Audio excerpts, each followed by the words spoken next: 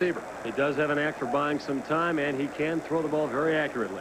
Let's go down to the field right now and our Mark McIntosh for more to preview this game. Thank you very much, Les. You know, it's a beautiful sunny day here in Boulder, but it's also very hot. They expected to get up maybe into the mid-80s before the game is over. That means down here on this turf, it could be close to 100 degrees. That concerns the Minnesota coaches.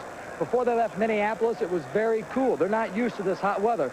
That might be a factor. Other things to look for defensively, the Buffs blitzed J.J. Joe of Baylor last week 19 times. Expect more blitzing today against Fleetwood of Minnesota. Like Dave said, he's very active back there, and they feel the best way to contain him is to send a lot of people at him. Offensively for the Buffs, Kent Call will start at tailback. But watch out for second string Lamont Warren. He's a freshman out of Los Angeles. He's very fast, third fastest guy on the team. 6 foot, 185 pounds. He's a fairly big target, but he makes people miss him, and they want to see how he can do in the big time here today. So expect him to play a lot. Back up to you guys. Thanks, Mark. How do you think CU is going to come off their first loss of the year against Baylor last week? I think that'll be interesting to watch. They've got a very young team, and sometimes when you lose a tough game as they did last week, young guys tend to take longer to bounce back. Had they lost 38-6, I think it would be easier mentally to come back from that loss. But they lost in the last minute, and so I think it'll be interesting in the first couple of series to see how both sides of the football, defensively and offensively, play. Bill McCartney worked very hard this week, and his staff, of really getting these kids ready and jacking them back up because they were down after losing to Baylor. All right, CU comes into the game 1-1. Minnesota, as we said, 1-0, and we'll be right back with the kickoff.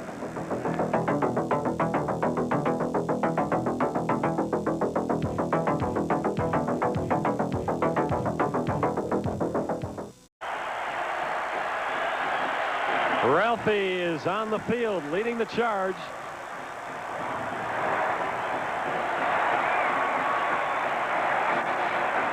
Another gorgeous day here in Boulder, Colorado. I think it's even nicer than last week. It's mid-80s right now.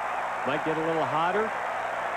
Maybe a little too hot for football. We'll see. The Minnesota Golden Gophers certainly aren't used to this. They're used to cool weather up in Minneapolis, St. Paul. The series record between these two, amazingly enough, both schools have played more than 100 years of football, yet these two major institutions have met only once in their history.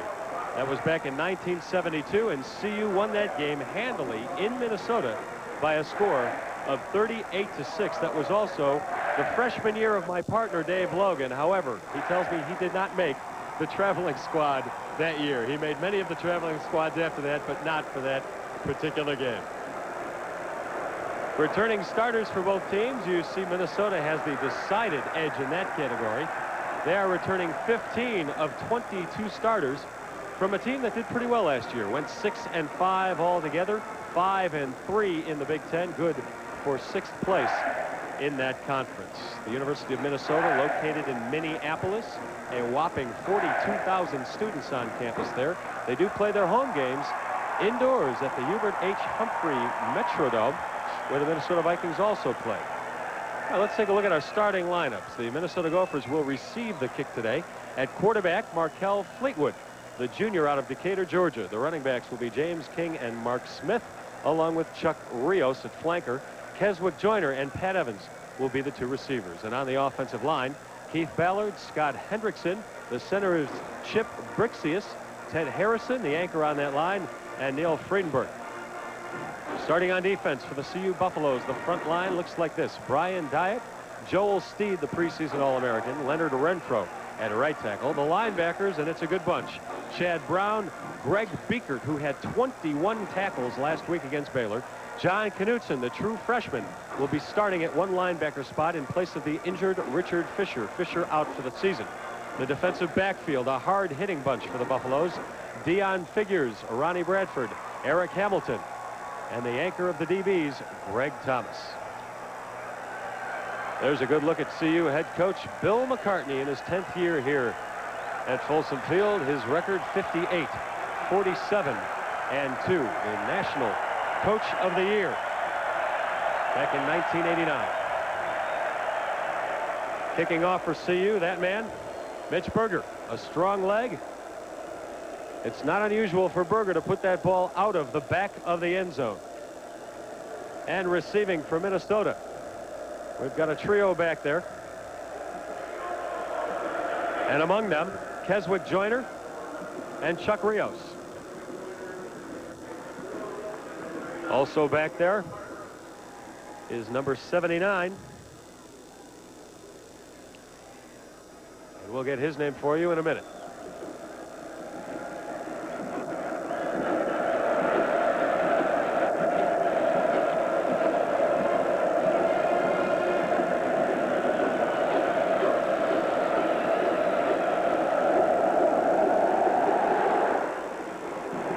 Berger puts one deep into the end zone, and as we told you, it's not unusual. Minnesota with no chance to run that ball out. So the Gophers will start with it on their own 20-yard line. We are underway in Boulder.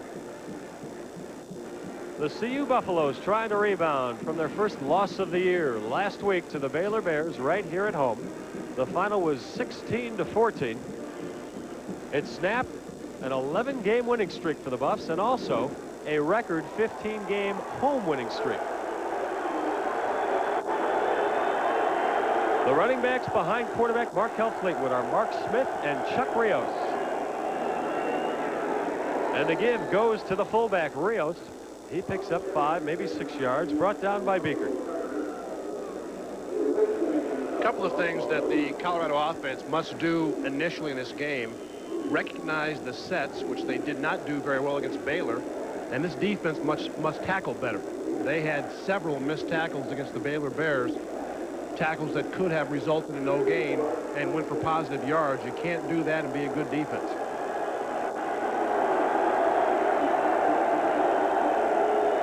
Fleetwood to throw. Complete to Rios. And he has the first down and a little more up to the 34-yard line before Ronnie Bradford brought him down. We've talked about Markel Fleetwood. Again, he is a quarterback that likes to drop straight back, survey the field, and yet he has quickness enough to make a lot of folks miss.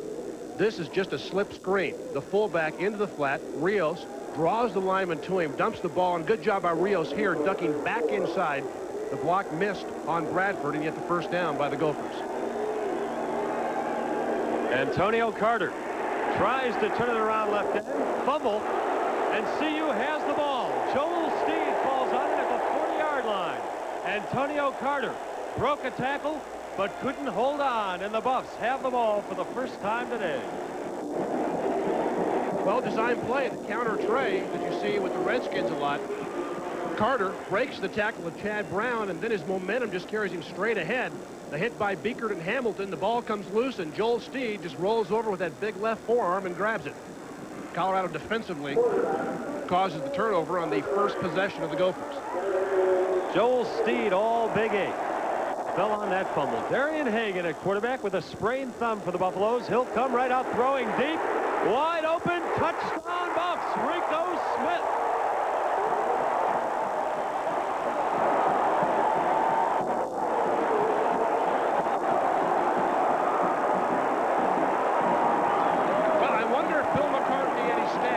Anything from Grant Teaff and the Baylor Bears from last week. If so, they learned that when you defense an option team, you got to commit your free safety. Watch number 1, the free safety of the Minnesota Golden Gophers, as he commits to the play action fake, and Rico Smith is to the post well behind everybody, similar to the play of 74 yards for Baylor last week. Jim Harper, the extra point is good, and Dave, I don't think anybody will be questioning the effectiveness of Darian Hagan for the rest of the day.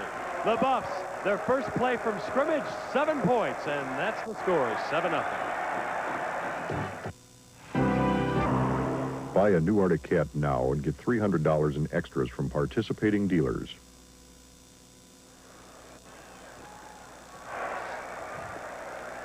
There you see the score, 7-0 Colorado. Only took one play. Joel Steed recovers the Minnesota fumble, and the very first play, Darian Hagan, sprained thumb and all, found Rico Smith in the end zone, a 40-yard touchdown pass. So once again, Mitch Berger will be kicking off. And once again, back to receive for the Gophers, Antonio Carter, Chuck Rios, and Keswick Joyner. And once again, Berger puts it far out of the end zone.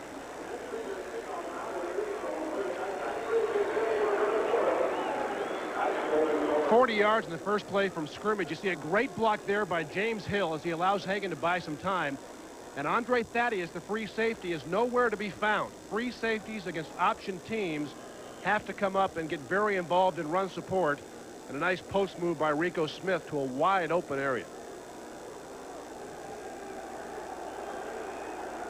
One running back lined up behind Fleetwood. That's Antonio Carter. And he gets the call. Up the middle, pushes the pile up about 5 yards. John Knutson, the freshman, makes the tackle from Great Falls, Montana. Knutson. Antonio Carter, number 39, had a fair week last week in a win over San Jose State. He gained 66 yards rushing, 4 yards a carry. Last week, the Gophers did beat San Jose State 26-20, despite giving up 450 yards in offense. Minnesota did it by scoring the final 23 points of the game. This is the fullback. Rios gets nowhere because Marcellus Elder wrapped around his ankles. And you can see the strategy early of John Gutekunst of Minnesota. He wants to come out and try to get something going running the football. Last week against San Jose State, the Gophers averaged 3 yards per carry. That's not going to be good enough, certainly in a lot of games, and especially here against a good run defense. So you want to run the ball a little bit. Certainly Fleetwood is capable of throwing it, but you have to have balance. 3rd and 5 for Minnesota.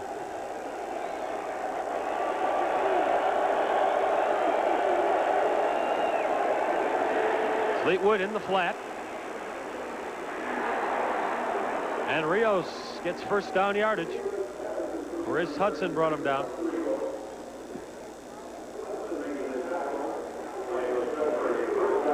What makes this play, watch the velocity in the ball from Fleetwood to Rios.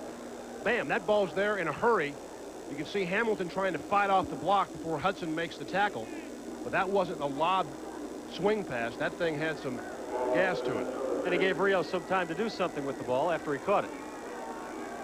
First down for Minnesota from their own 30-yard line.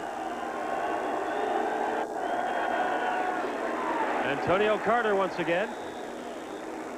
1 yard. Joel Steed and John Knutson the stop. The counter tray, you'll see both offside linemen come and pull. Carter gets in behind them. And a good job from the weak side as Joel Steed able to stand up the center, hold his ground. 2nd and 9 for the Gophers. The Gophers on probation this year. One of only 2 Division I schools to be on probation, along with Oklahoma State. Fleetwood is complete to his tight end, Pat Evans, and he's across midfield down to the Buffs' 47-yard line. We told you earlier that obviously Bill McCartney was aware of the success Baylor had with that post pass. This is the same kind of play Baylor ran last week. You fake the counter. Here comes the tight end, the drag pattern. He's all by himself. Both inside linebackers got caught up too close playing that run, and there's a big void between their drop and where you'll find the free safety. Minnesota does like to spread it around on offense. 6 players had at least 2 catches last week. This is Carter with a hole up the middle. Inside the Buffs 40, down to the 39. Chad Brown the tackle.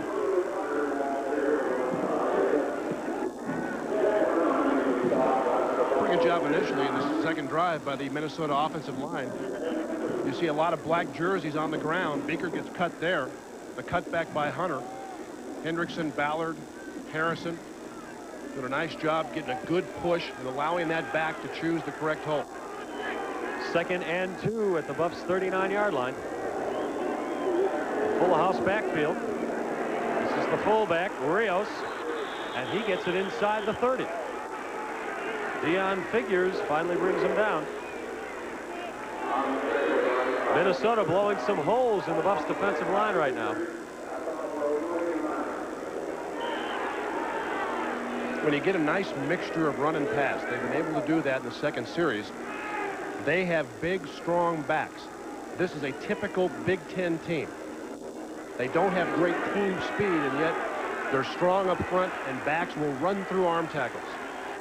Minnesota with 2 receivers spread out wide left. But they give it to Carter, who has some room on the right side. A nice tackle by Dion Figures to save a possible 6 points right there. But Carter did get inside the Buffs 25 down to the 23. They do a lot of substituting on offense. They use a lot of players, Dave. Well, they have a variety of sets. You'll see the 1-back set, 2-back. You'll see the tight end in motion, the fullback in motion. They try to keep the defense off balance, and they've been able to do that so far. They are not afraid to use their second and third stringers throughout the ball game. 2nd and 4 for Minnesota. Again, it's Carter, but he's tripped up quickly. Maybe a yard. Marcellus Elder did the final tripping.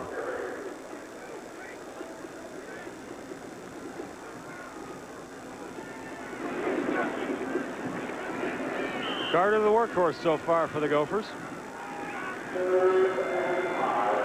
From Columbus, Ohio.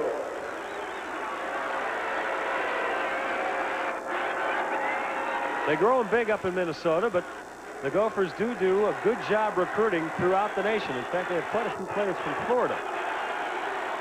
2 players who might have wanted a change in weather. 3rd and 5. Fleetwood, the shuttle pass to Mark Smith. Didn't fool the Buffs too much, though. Just a couple yards on the play. Chad Brown, the tackle. Shuttle pass. You see the Broncos use quite a bit. This thing took a little long to develop. Chad Brown, usually an outside linebacker, this time inside in the defensive scheme, does an excellent job of staying home, avoiding the blocker, and putting his hat right in the middle of the numbers. And Smith really couldn't get good momentum going because the pitch was a little behind him. He had to turn his body. And now Minnesota will be trying a field goal from 40 yards, and kicking it will be a freshman from New Zealand, Mike Schalberg. We'll tell you a little bit about him later. That block, that kick is blocked. CU blocks the field goal attempt. It looked like Greg Thomas got his hand on the ball, so Minnesota stays off the scoreboard. The Buffs still up 7-0. On my first job back in the 60s, I traveled out west a lot. The only place original Coors was sold, which made me a very popular guy. Here's Steve swapping me his old stereo for a case. I think he took me. I used to bring Coors back in my trunk. It was like home delivery, fresh from the Rockies. Ta-da! After I got married, I changed jobs, but not beers. Hey, the best things in life never change. A lot of folks do their sprucing up this time of year, fixing up the house, picking out a new car, or just cleaning up old bills.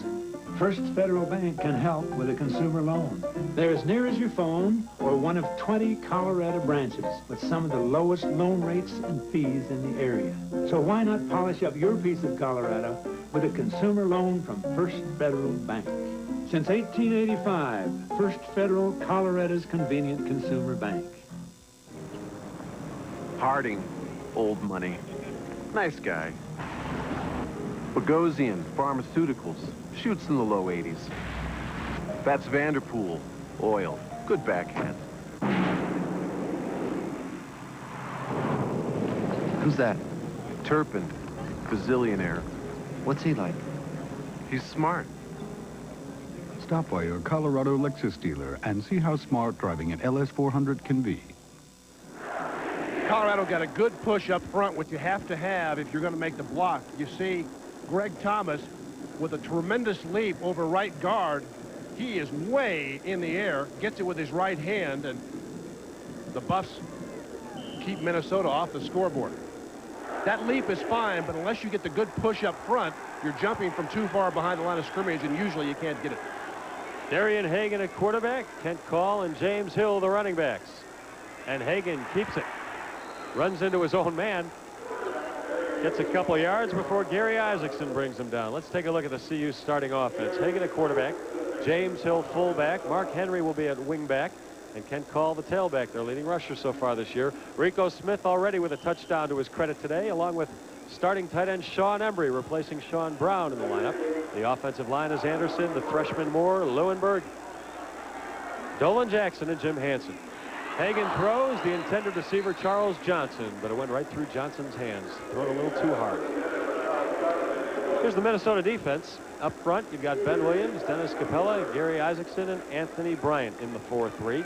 The three linebackers are Joel Statz, Andre Davis, and Russ Heath from Aurora, Colorado.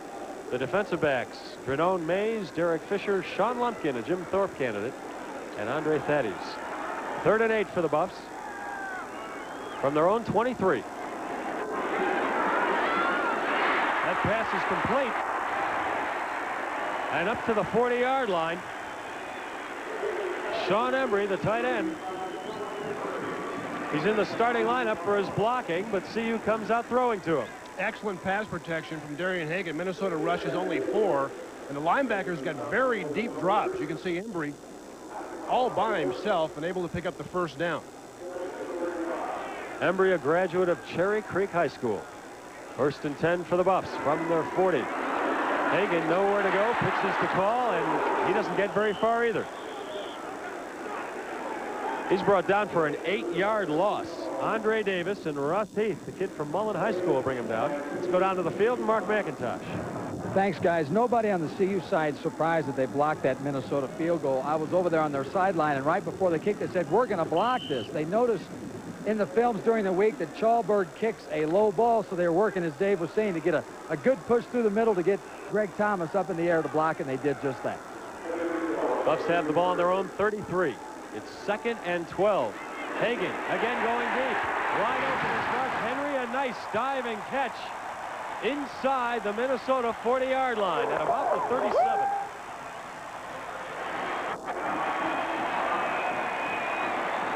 Well, this is just a fade route against 2 deep coverage. You're normally not going to be able to get this throw, but Derek Fisher does not engage Mark Henry, make him change his route, and this is a tremendous throw.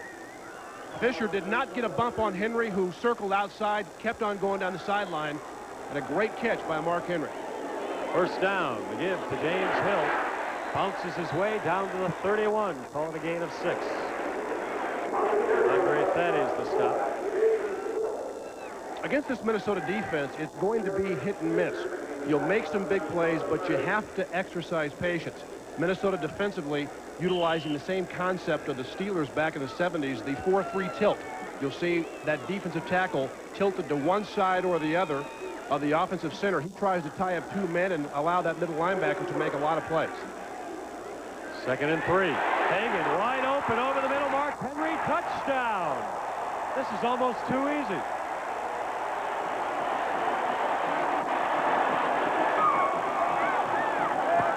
Well, what you've seen here in the first 2 series, Minnesota has completely sold out to stop the run, and Colorado has done a good job game plan-wise of realizing just that. Mark Henry is in the slot, top of your screen. He will run straight down the field with nobody paying any attention to him. Straight down the hash, and Henry with a 30-yard touchdown catch, the 2nd of the day from Darian Hagan in terms of touchdown throws. Harper's extra point attempt. He's got it. And with 5:39 to go in just the 1st quarter, the Buffs 14, the Minnesota Gophers zip. I hope when people see Subway, bells go off and they think, good sandwich. We don't deep fry or freeze dry. Everything's fresh. Each morning I slice tomatoes, onions. I even bake the bread. These days people think a lot about what food to eat. Nothing's more honest than a good sandwich. So if the body's a temple, this is the place to come when a temple gets hungry. For 25 years, Subway has quietly made some of the best sandwiches anywhere, starting at $1.69. For more information, visit the Subway near you. The Texas Armadillos. They're too old. Whoa, a 40-year-old freshman? Yeah, maybe new Elvis. Too excitable. Blow the whistle, blow the whistle! And too feminine to find their AstroTurf with both hands. What we need to do is get crazy. We need to Necessary Roughness. Rated PG-13. Starts Friday, September 27th at theaters everywhere. Get on, get on, get on. Get on, excitement. The all-new Pontiac Bonneville. A new way to ride. More than a work of art, an engineering masterpiece. With the stability of four-wheel independent suspension and the accuracy of anti-lock brakes. The art of excitement, the science of control. the all-new Pontiac Bonneville. See your neighborhood Colorado Pontiac dealer. That's Tom Gadd, the Minnesota defensive coordinator, having a little heart-to-heart with his Golden Gopher crew. They have given up 2 big plays here in the first quarter, and they've allowed Colorado to do exactly what they didn't want them to, regain their confidence, the confidence that had probably been lost last week against Baylor. With the 2 touchdown passes today, Darian Hagan moves into second on the all-time CU list for career touchdown passes thrown. He moves ahead of Gale Widener, and he is still behind Steve Hogan. And for the 3rd time today, Mitch Berger kicks the ball right through the end zone. Take a look at the touchdown throw. And again, the free safety in the middle of your screen, Andre Thaddeus, watch his head. He is playing Darian Hagan to the corner. By the time he realizes, uh-oh, Mark Henry runs right past him. And that's, again, a team that is trying to stop the run and paying no attention to the passing game. Well, you can hardly blame Minnesota for trying to stop the run when you consider all week long they've heard about Hagan's sprained thumb. And also last week, the Buffs did not throw the ball well against Baylor. A 14-0 CU lead. This is Antonio Carter for Minnesota. A gain of 4 yards. Chad Brown, the tackle.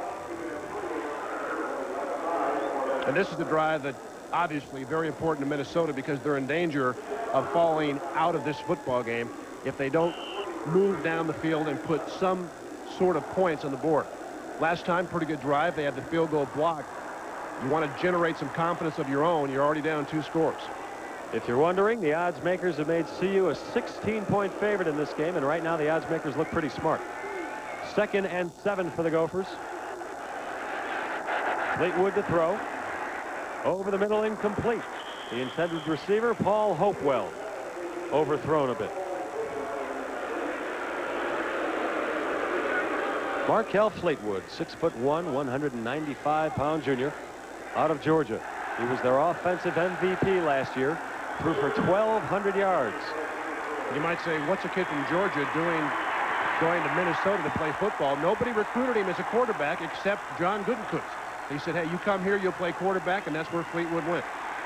I want to know what's a kid from Georgia doing throwing the ball so well. Down there, it's run, run, run. 3rd and 7. Fleetwood with pressure. Gets the ball off complete to Steve Cambrise. No, he drops the ball in his hands and right out. Incomplete. Ronnie Bradford gave him a shot to the back, and that, as much as anything, caused Cambrise to drop it. We talked about Fleetwood and his ability to scramble and buy some time. This is a tough throw. A little behind the tight end, and Bradford really jolts him. That's a tough catch, and one that I can guarantee you Steve Cambrise will remember. Minnesota punting for the first time today. Dean Kaufman doing duty. And Darian Hagan will try to return the line drive from his own 28. And brought down at his own 33. A return of 5 yards for Hagan. A total punt of 50 yards. This telecast is an exclusive presentation of KCNC and the National Broadcasting Company, as intended solely for the private use of our audience. Any rebroadcast or reproduction of this telecast without the expressed written consent of KCNC is prohibited.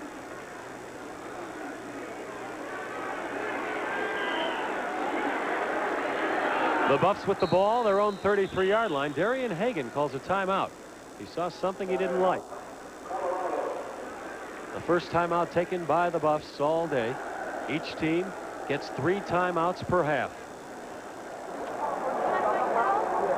A number of the Buffs taking an opportunity to take a swig of water. It's very hot on the field. There's a look at the freshman, John Knutson, in the starting lineup for the first time. He had to come in halfway through last week's game when Richard Fisher went down with a season-ending injury, and another sellout crowd here watching the Buffs. Let's go down to Mark McIntosh right now. Thank you, Les. It looks like the Minnesota Gophers have finally made some adjustments defensively. Before this series, I was over by the CU bench, and Darian Hagan turned to me and said they're not making any adjustments on the option. They weren't checking the wide receivers at the line of scrimmage, and so the Buffs were just burning them deep all day long. It looked like they were committing almost all 11 guys to the run. It looks like now Minnesota has made some adjustments over there defensively to try to shut down that passing game, and I think that's what Hagan saw. They made those adjustments, and so CU talked it over to see what they could do. Thanks, Mark. It's a little surprising, Dave, to hear that Minnesota is struggling defensively because their head coach, John Gutekunst, puts major emphasis on defense. He was their defensive coordinator before taking over the head job. Well, Hagan obviously off to a great start. As we mentioned, he became the Buffs' all-time total offensive leader last week. He surpassed Bobby Anderson, who was a pretty darn good football player. But Hagan, with 106 yards of passing, no yards on the ground yet. All yardage so far through the air for CU. 1st and 10 for the Buffs. Hagan on the reverse. Tarico Smith, a lot of room. If he can get to the sideline, he can go all the way. One man to beat. And Sean Lumpkin pushes him out of bounds, but the referee is calling Smith out of bounds back at the Minnesota 42-yard line. Again, Minnesota really over pursuing, trying to play that option. Rico Smith comes around. Now, why he ran out of bounds may be the $64,000 question. He really didn't have to, lost his momentum a little bit and stepped out of bounds before Lumpkin could get to him. A well-designed play, and you'll see Rico Smith here all by himself. Anderson out in front, stepped out of bounds right there, and the official on top of it. Flag on the field. Rico Smith with a 26-yard gain. He lost about 20 yards by stepping out of bounds back at the 42. Then again, we saw in the replay there, Andre Thaddeus was pursuing him from a pretty good angle, and Smith tried to avoid him. Kendall Bussey now in the ball game for CU at fullback, replacing James Hill. Illegal motion on the offense, declined, 2nd down. Well, you just heard Terry Turlington, the referee, tell you what the Buffs did wrong there. It's a split crew, half from the Big 8, half from the Big 10. That would only be fair. The penalty goes against CU. It'll be 2nd and 10 for the Buffs, still at the Minnesota 42.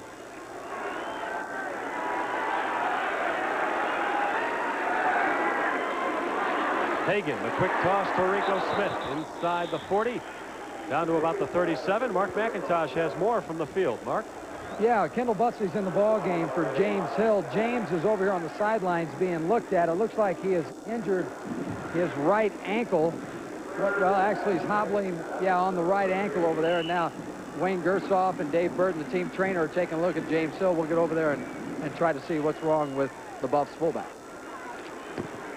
Thanks, Mark. And they would miss James Hill. Got 94 yards rushing on the year so far. 3rd and 6 for the Buffs. That's Charles Johnson in motion. Hagan on the option. He will run it. Steps inside the 35, down to the 33. He'll be about a yard short of the 1st down, however. I think Darian Hagan made up his mind he was going to run this football almost from when he took it from Jay Lewinberg. Just a little short of 1st down, and although the crowd won't like this move, I think it's a good move. Get your field goal team on the field and give Jim Harper and your offensive line some confidence, because obviously after last week, they're probably short in that category. This will be a 50-yard field goal attempt from Jim Harper, and he's capable. He's got a long of 54 in his Buffs career. It's up. Is it accurate enough? Yes, a 50-yard field goal for Jim Harper. And with 3:23 to go in the 1st quarter, the CU Buffaloes lead the Minnesota Gophers 17-0. Well, you see Bill McCartney all the way out on the field and high-five Jim Harper. It's important when you've got a kicker. You want him to be a confident player. And, of course, last week and even the last few games, the kicking game has had its difficulties. But Harper got all of that one.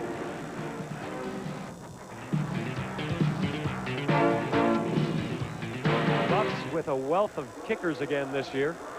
Last year it was Harper and Tom Ruin, the punter. This year it's Harper still on field goals, and now Mitch Berger punting and kicking off, both with very strong legs. Tomorrow on Channel 4 and NBC, the San Diego Chargers come into Mile High Stadium to face the Denver Broncos. We'll have live coverage of all the action, plus highlights, and I'll be in the locker room for interviews immediately following on News 4 at 5. It all starts tomorrow with Broncos Beat Sunday at 1 p.m.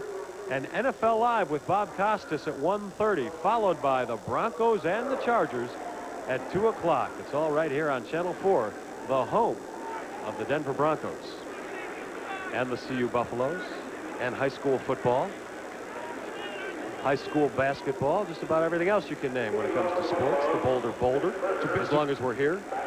It's a big house, isn't it? It is a big house. Yes. Mitch Berger kicking off for the Buffs. A trio back to receive for Minnesota. Oh, Berger is amazing today. This is the 4th time he's kicked off, and the 4th time he has put it out of the end zone. Do you get points for that, Dave? It went through the uprights. Well, they ought to give him something. She even saw it go over her head. Well, how about a pat on the back? You can't pay the college kids. Although Oklahoma would probably beg to differ on that.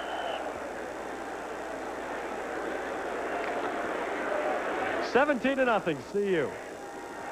I know I'm going to hear from Sooner fans on that one. 3:23 to go in the first quarter. They've already gone to the mailbox.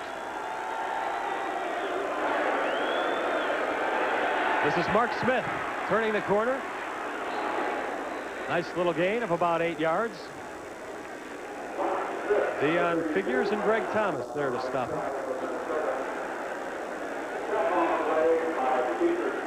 Greg Biekert also there. Then again, Greg Biekert is everywhere.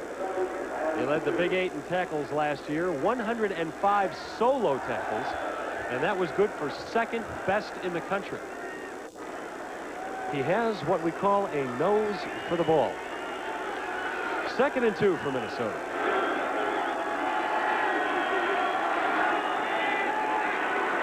Again, Mark Smith, and again with some room.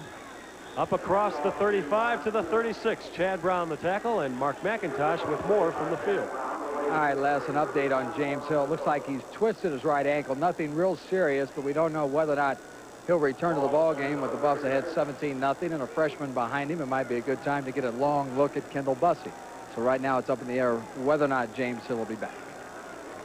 The depth chart for the Buffs at fullback looks like this: James Hill, Kendall Bussey, and then David Arterberry, the young man from Mullen High School. But right now Minnesota has the ball. First down. Fleetwood overthrows his receiver. It was intended for Lewis Garrison. Right now Minnesota, I think, has to be pleased with the way they've been able to move the football. Nice combination of short passes and runs. Fleetwood 4 of 7 for 37 yards. But they've mixed up their offense enough that they've kept that CU defense on their heels. These Gophers have a tough schedule this year. Non-conference, they play CU and Pitt, a top 20 team. And then when they go to the Big Ten schedule, well, altogether, they play 8 teams this year that played in bowl games last year. 2nd and 10. And a good rush from Chad Brown, complete to Mark Smith.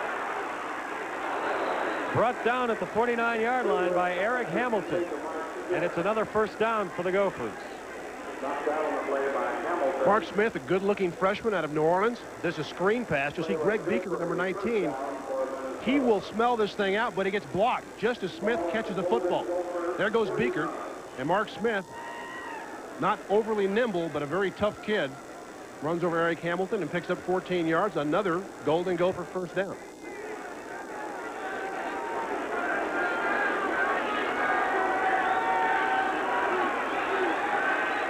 Under 2 minutes to go in the first quarter. The Buffs up 17-0. Antonio Carter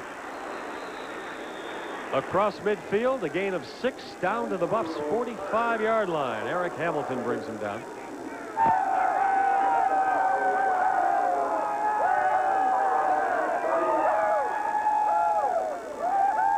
Boy, Paul Folkwell put a crunching crackback block that time on Chad Brown.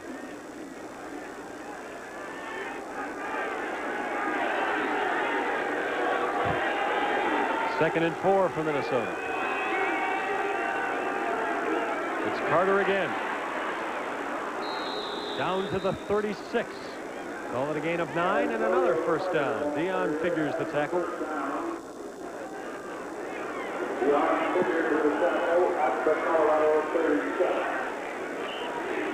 Oh, there's that note on the Gopher schedule I told you about. 8 teams this year. Played in bowl games last year. And That includes San Jose State from last year. San Jose State was ranked 20th in the nation at the end of the year. Minnesota beat them last week. 1st and 10 from the Buffs 37. Fleetwood throws it away. Probably a smart move. His intended receiver was the running back Chuck Rios, and there was a host of Buffs surrounding Rios. Good pass rush up front that time. It was going to be a screen pass. Fleetwood realizes that Rios did not get out to the flat, just let that thing go. That could have been intentional grounding.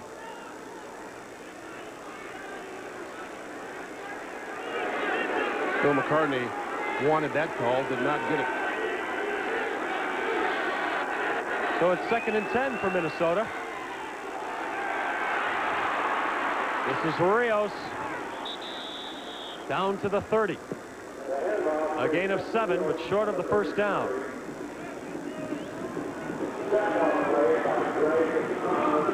Give credit to the Minnesota offensive line and these backs. They are running through arm tackles. And you see Bruner spins around and just gets the left hand on him. Dyatt tries to corral him. Carter and Rios, 2 big, strong backs. Clock winding down quickly. We've got 15 seconds to go in the first quarter. It's 3rd and 4 for Minnesota. 2 tight ends in the game for the Gophers right now.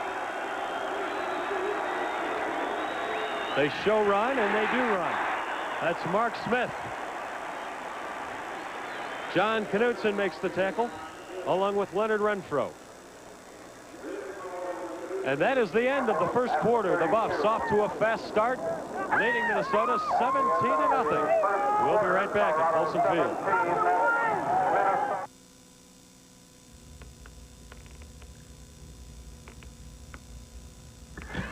If you're not buying your suits and sport coats, your shirts and ties, even your Dockers at KG Men's Store, this is where your money will most likely end up. Now, during our fall sale, save up to $100 on our entire stock of suits and sport coats. KG Men's Store. Great clothes don't have to be expensive. Save big bucks on a new or used truck at Chevron Chevrolet's Big Buck Pickup Sale. All new and used trucks and vans in our giant 14-acre dealership have been priced to move right now. How many big bucks can you save? Here's a new 91 full-size Chevy truck, just $97.99. In the market for a new van? Here's a new 91 Chevy conversion van, just $15,999 or $199 down and $199 a month. Why pay more than you have to when what you're looking for is right here? At Chevron Chevrolet, the affordable way, I-25 and a Polar Exit. I'm holding the answer to our daily trivia question. Oh, I know the answer to that. And if you know the answer, you could win 25 Keno tickets from the Colorado Lottery. And that could be worth $50,000. Watch Colorado Today weekdays at 10 a.m. Today's game is brought to you by Grease Monkey, by Samsonite, and by State Farm Insurance. All proud companies for Colorado. And also by Subway Shops and by Coors Light. Wake up. There you see it. The first quarter just ended. The CU Buffs with a 17-0 lead over Minnesota, and here's some first quarter stats for you. Well, Colorado's made several big plays. That's why they're ahead 17-0. But Minnesota with 129 yards of total offense, the Buffs 147. They go for 79 yards on the ground, and that's something that I'm sure Bill McCartney is not pleased with. Baylor able to generate a lot of yardage with the option attack, but Minnesota not really known as a ground-oriented team, and yet they've been able to, again, keep CU defensively guessing as to what they're going to do. The total yardage fairly close. The difference, 2 big pass plays by the Buffs. The first one from Darian Hagan to Rico Smith. The second one from Hagan to Mark Henry, both for touchdowns.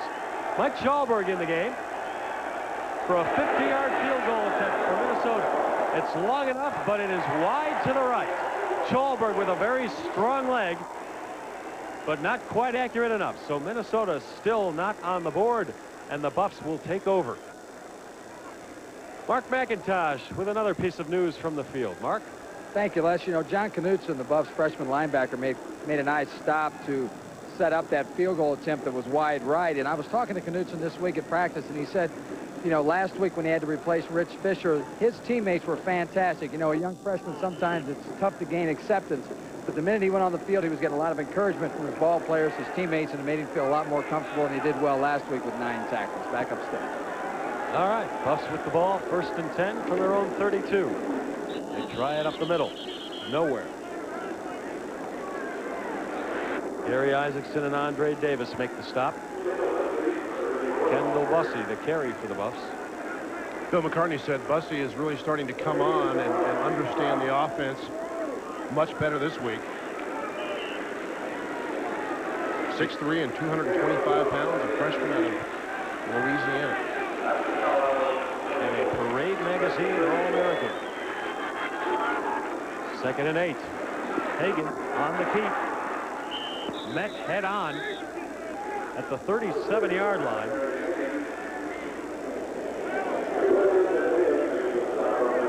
By Ben Williams and Andre Davis. Andre Davis is supposed to make a lot of tackles in this defensive scheme. 4-3 tilt. Davis sits in the middle as the middle linebacker, and much the same as Jack Lambert did for the Steelers. They try to keep offensive guard and the center off of him and let him roam from sideline to sideline. 3rd and 5 for the Buffs. This is Kent Cole. Big hole.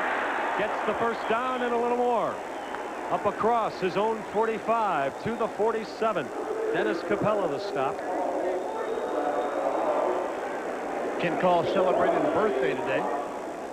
This little counter fake, and when Kent Cole is able to play in his sophomore and junior and senior year, that will be a play that will result in a big game. He'll pick up his feet, he'll make that first guy miss, and thus gain more yards. First down fumble call, and it's fallen on by Minnesota, and that's which way the Zebras are pointing, Minnesota's way. So the Buffs' first turnover of the afternoon. Gary Isaacson recovers the fumble by Call. Well, Hagan and Call had trouble with the exchange, just a lead play, and it looked like Call may have taken his eyes off it for just a second. Sometimes if that ball is placed a little too high, it's tough for the running back, but you can see that is below the number. And that's one that Kent Call may have been watching what was happening up front and not watching the football or not feeling the ball. You really don't look at the football, but you can feel it when it's placed in your midsection. 1st and 10 for Minnesota. Pretty good field position. The Buffs' 48-yard line. They give this to Antonio Carter, tripped up and thrown for a loss of 2 yards by Deon Figures.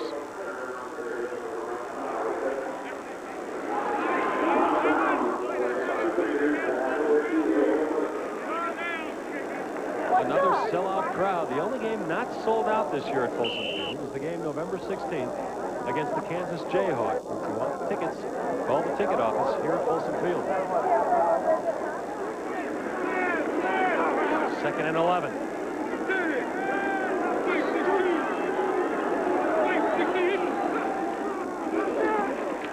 Fleetwood with a pitch straight out of bounds. Nothing worked on that play, and there's a flag on the field.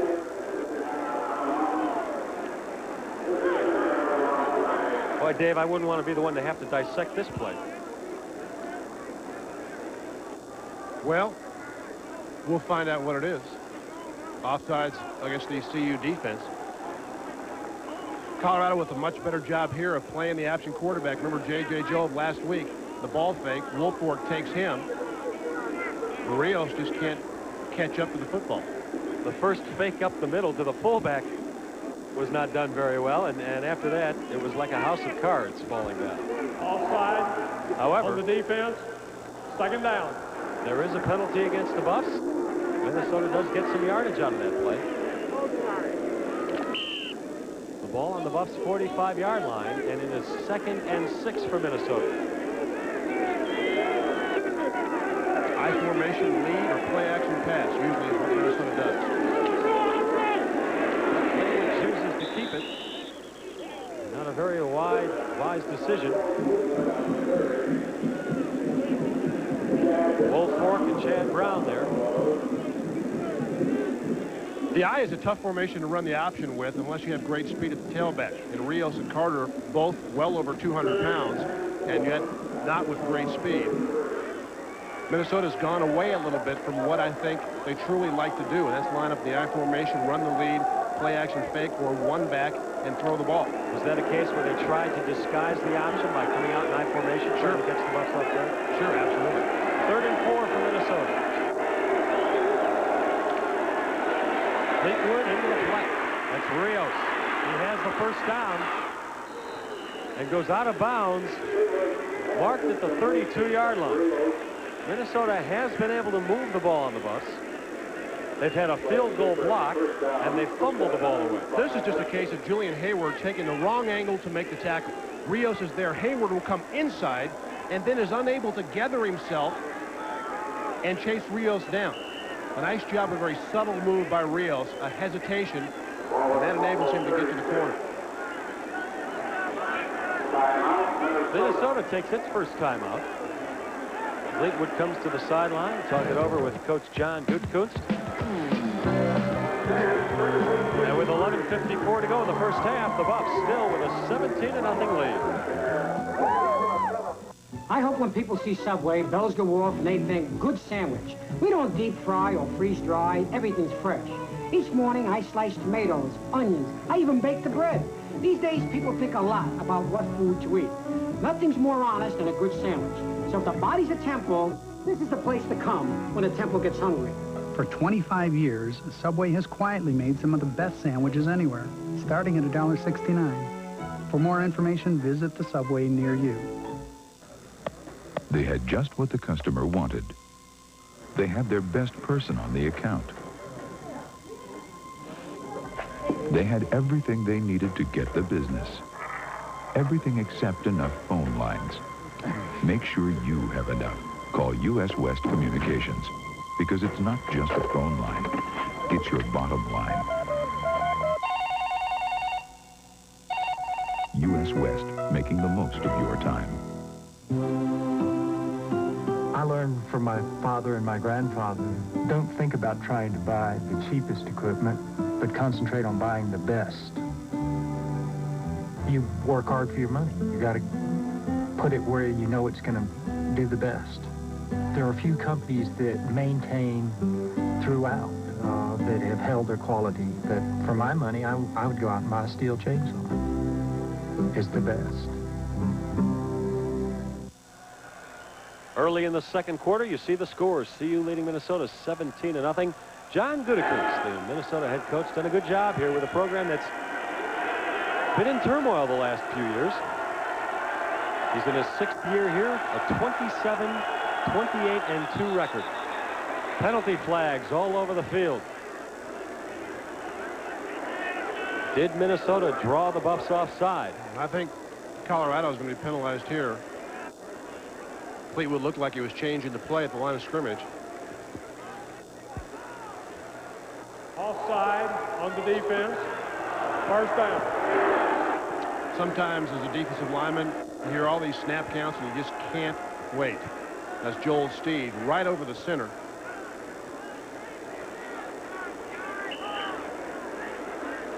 So Minnesota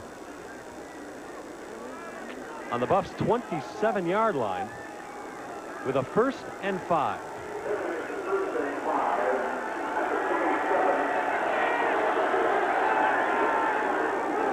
Fleetwood looking downfield, has a man. Overthrown. The intended receiver was flanker John Lewis. Greg Thomas was on the coverage there.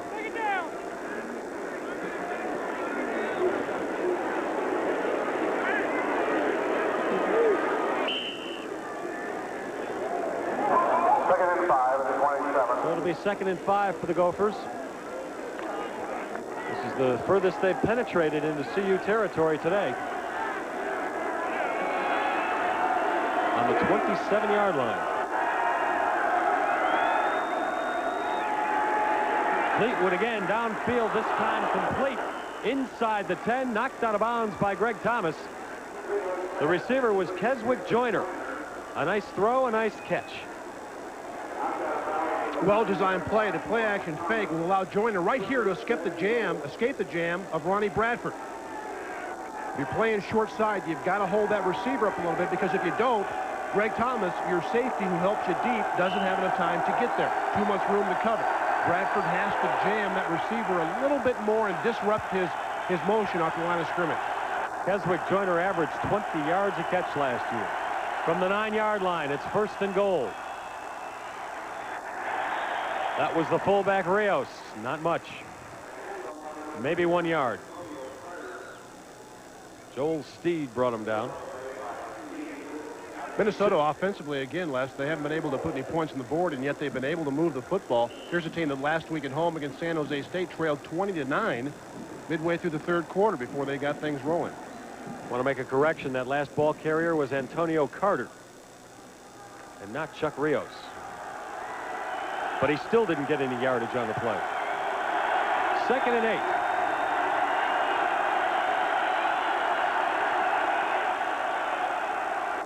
That's Rios, and he is met head-on and thrown for a 1-yard loss by Leonard Renfro.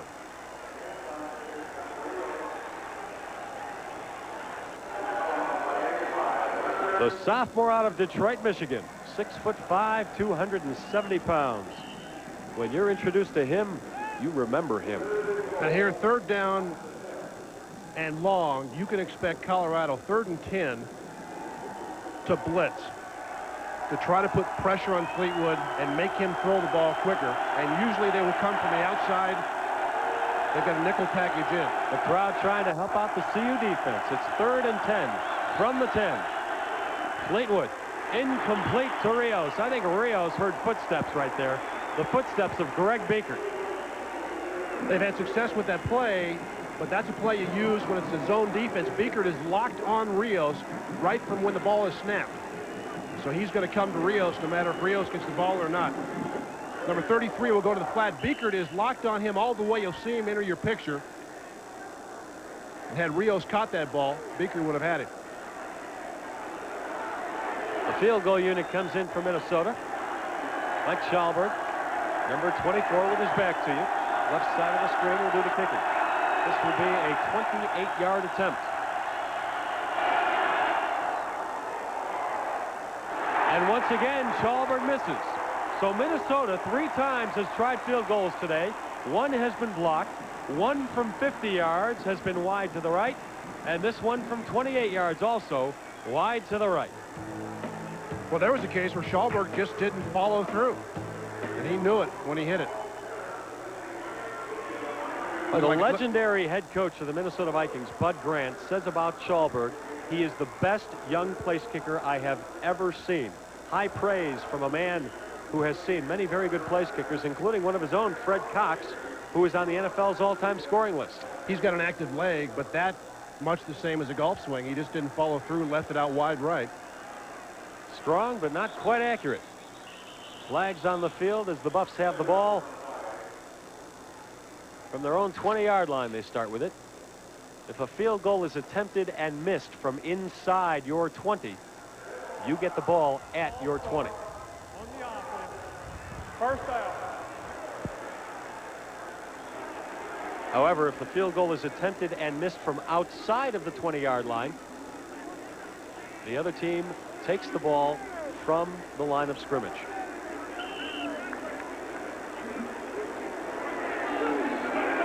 So that sets the Buffs back 5 yards. The penalty does. It's 1st and 15 from their own 15. Darian Hagan back to the 20 and the original line of scrimmage. Andre Davis and Joel Stantz, the 2 Minnesota linebackers, make the stop. This, I think, a play that indicates why Darian Hagan is going to stay a quarterback and not go to tailback, although I think he can play there. But Hagan is a threat even when they want to go back and throw the ball. This play looked like a designed quarterback draw. But Hagan, when he goes back to throw it, can always pull the ball down. And you want the football in the hands of your most prolific player offensively as many times as you can. That's Darian Hagan, and that's why he's playing quarterback. I want to ask you about the possibility of Hagan going back to tailback a little later in the game. Meanwhile, Hagan to throw, and it's complete to Sean Brown, and Brown has the 1st down up at the 39-yard line. And this gives me a good opportunity to ask you about it. Don't you think it's too late? There's a lot of debate. Should Hagan stay at quarterback or be moved to tailback? Don't you think it's a little too late to make a senior like him into a tailback? I think he could play, but again, as I mentioned before, the reason he's there, he's so versatile, and he's got the ball in his hands more times than a tailback would. Good throw there as Brown finds the soft spot, hooks up, and Hagan right on the money. 1st and 10. Hagan, with a little bit of pressure, escapes it and gets the ball. Wide open is Lamont Warren. Down to the Minnesota 34-yard line. Lamont Warren, the freshman out of Inglewood, California. And this is what I mean. A senior quarterback can do these things. A young quarterback might panic.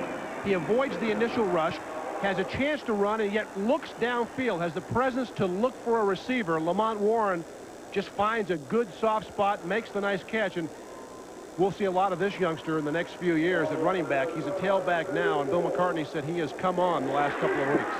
Good speed, moved up to second string just this week. He's worked very well in practice and rewarded. And this is Warren running the ball down to the 30, calling a gain of 4. We've got 8:30 to go in the first half. CU leading 17-0.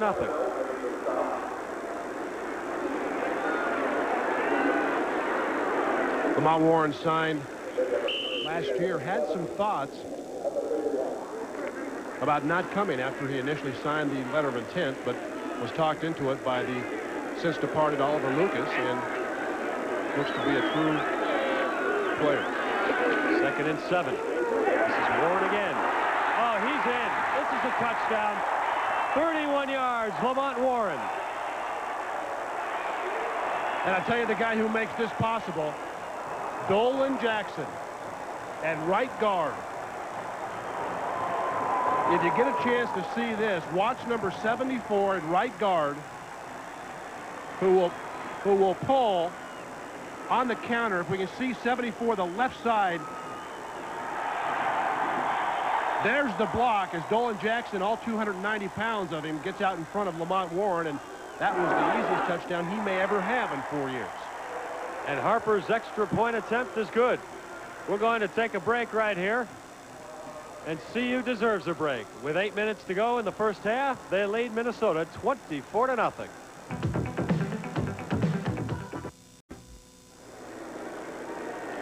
You see Lamont Warren sipping a glass of water, went over and thanked all of his offensive linemen, and rightfully so. Got a terrific block by a couple of guys, and we'll take a look at it after the kickoff. In the meantime, Mitch Berger setting the ball on the tee. He's been perfect so far. 4 kickoffs, all of them beyond the end zone. No chance for a run back by Minnesota so far today. Les Shapiro and Dave Logan with you. And a once again sold out Folsom Field, 52,000 strong. And Mitch Berger does it again. How many times can you say it? Watching his kickoffs, try to decide which way the wind is blowing. Take a look at the Lamont Warren touchdown run. The right guard, Dolan Jackson, number 74, will pull, along with Craig Anderson, the right tackle. Jackson gets a smashing block in the corner, Derek Fisher, and Lamont Warren is home free. Derek Fisher, number 13, you'll have a look at what he sees. Here comes Dolan Jackson and Craig Anderson. Bam! About 700 pounds worth in front of Lamont Warren. Minnesota with the ball. That's Mark Smith pushed back to the line of scrimmage. Eric Hamilton. That's called escorting one back. This is the hardest hitting set of defensive backs on a college team I've ever seen. The CU Buffs. Deion Figures, Eric Hamilton, Greg Thomas, Ronnie Bradford. The last scoring drive for the Buffs, 5 plays, 80 yards, culminating in a 31-yard touchdown romp by Lamont Warren. 2nd and 9 for Minnesota.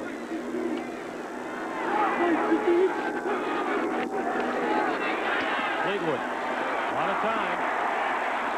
Throws the ball out of bounds. He heard Ronnie Wolford coming right behind him.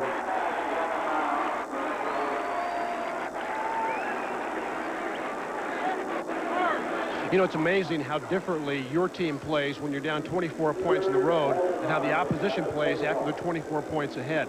Fleetwood looks for the tight end initially in the drag. He's covered. Tries to find somebody in the sideline. But unfortunately, the receiver, number 83, Steve Kent Brees, was standing out of bounds. Had a knee down, out of bounds when he caught the ball. 3rd and 9.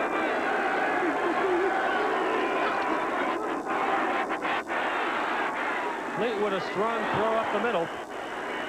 But a couple yards away from the intended receiver, Omar Douglas, and Minnesota in another punting situation.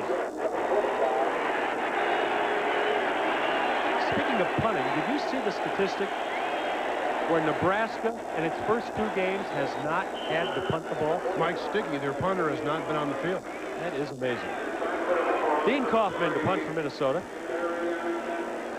Back to receive it, Darian Hagan for the Buffs. Snap, gets off a low kick. He's lucky he got it off. Hagan fields it at his own 35 and returns it approximately 10 yards to his own 45.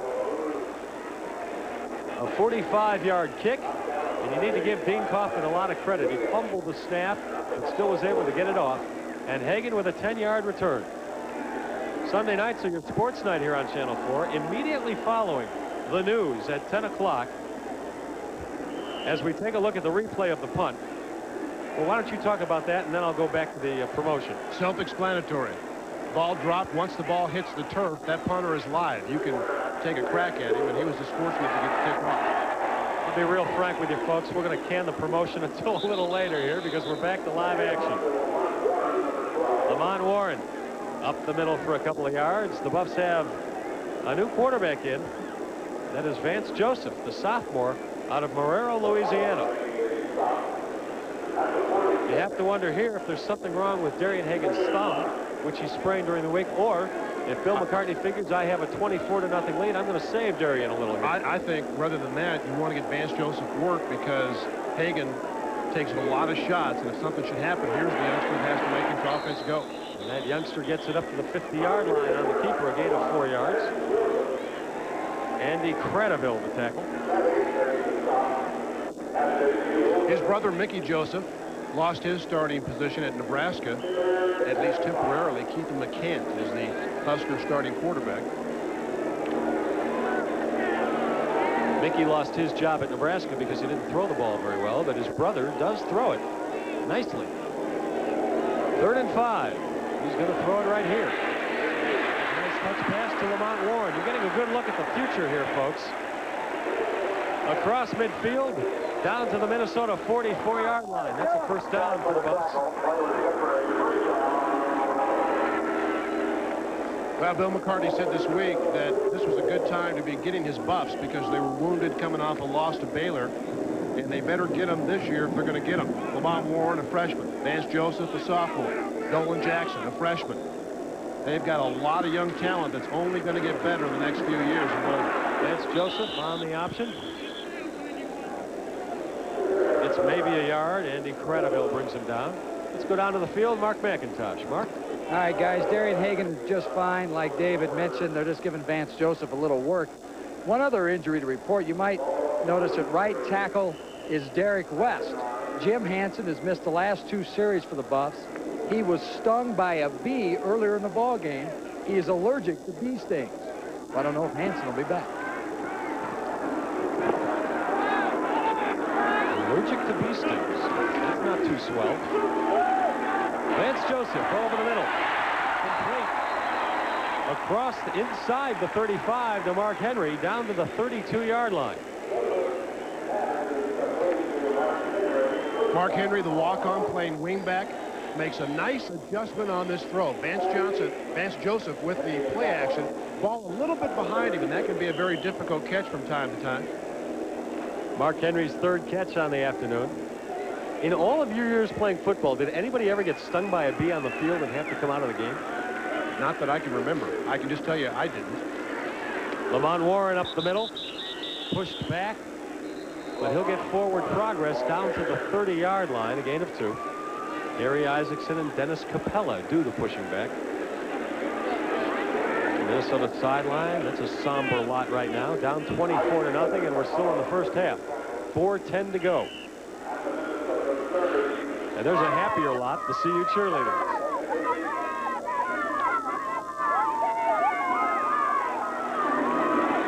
But now we have a bee flying around the booth. Yeah, you may have heard your last comment. It's the guy in the green tie, Mr. B. 2nd and 8 for the Buffs. Joseph with a nice pass. Complete to Sean Embry. Down to the 21-yard line. His second catch of the afternoon. And a first down. We talked about getting Vance Joseph some playing time. This is a great play as Joseph feels the rush. Ben Williams, the defensive end, comes untouched, and yet he's got enough presence to get the ball in the air, knowing Embry is going to be by himself, and another CU first down. That's why he has to play now, so he can make those reads and make the right decisions for later. The give to Warren. Down to the 19-yard line. 3:30 to go, first half. Gary Isaacson the tackle again. I think you're seeing Colorado come out and really throw the ball more effectively for a couple of reasons. Obviously, Minnesota's playing the run, but by doing this, they take an immense amount of pressure off their offensive line in the ensuing weeks against Stanford, and then back home against Missouri, and of course the rest of the Big 8 Conference. If they can throw the ball a little bit, then other defenses can't stack up against that inexperienced offensive line. 2nd and 8. This is James Hill back in the ball game. He looks good, and he's in the end zone. Touchdown, Hill. Well, so much for a bum ankle.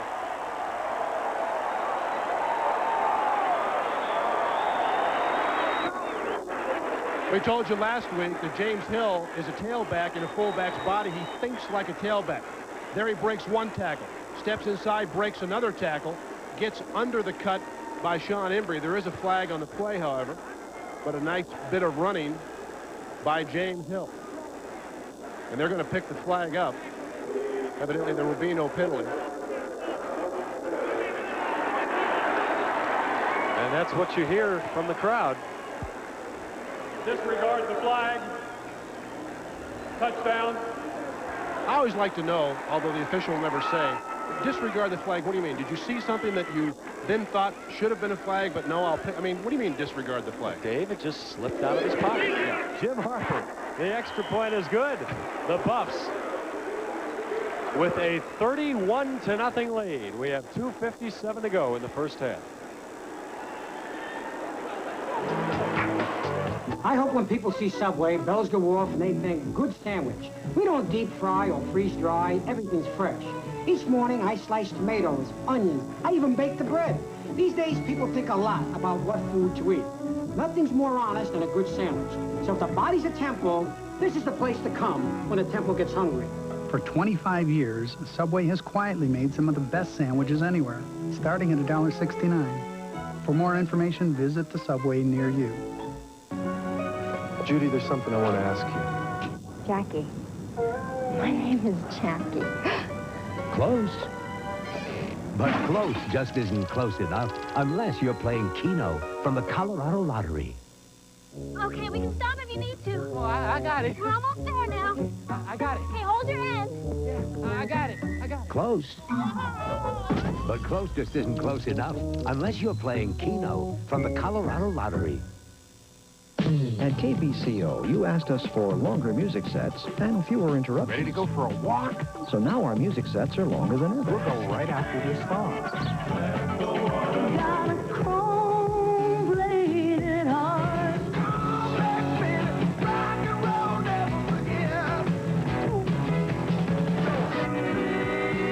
Ready to go walk? Listen to KBCO 97.3 FM, now with longer music sets than ever. Andre Davis, the middle linebacker, may be the best defensive player that Minnesota has. You'll see him the right side. He is completely free and has James Hill in the hole. Can't make the tackle. Sean Lumpkin, the all-Big Ten strong safety, cannot bring James Hill down. And the Buffs on the Hill touchdown now lead it 31-0. 9 plays, 55 yards, under 4 minutes. James Hill from 20. Well, you did say before the game started you wouldn't be surprised if CU ripped off a number of plays of 20 or more yards, and you hit the nail right on the head. You said Minnesota likes to gamble on defense, and they are losing every gamble they're taking. Yeah, they've gambled a lot, and it just hasn't worked out for them. Mitch Berger to kick off once again.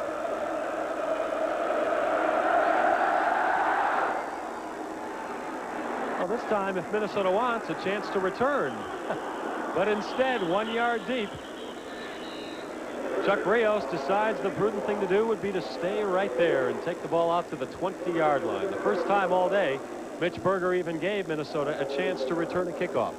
He's been a busy man. The Buffs with a 31-0 lead. 2:57 to go in the first half.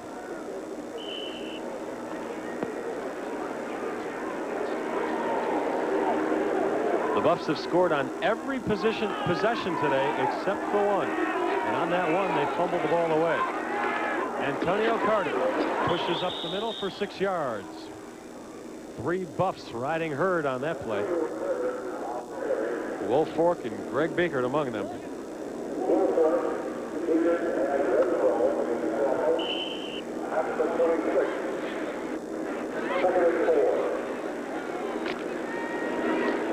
Second and 4.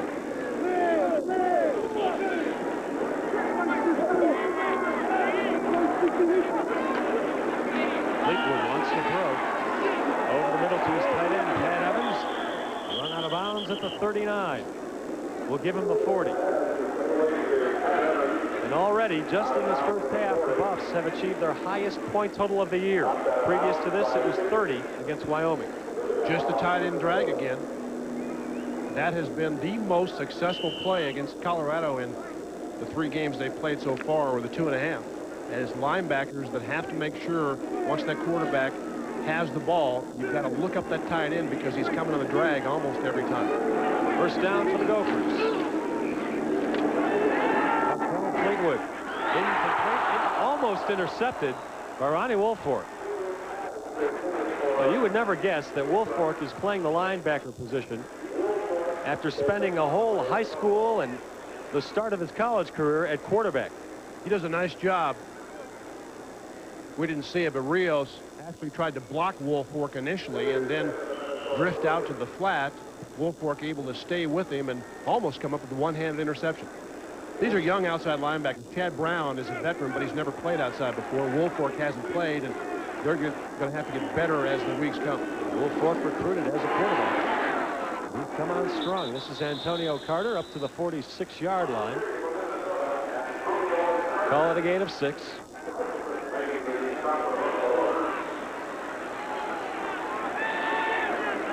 Less than 2 minutes to go in the first half.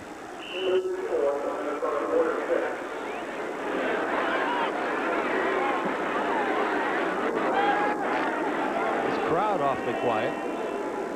A reflection of what the scoreboard reads. 31-0 CU. 3rd and 4. Minnesota tries to run it up the middle. They'll be short of the first down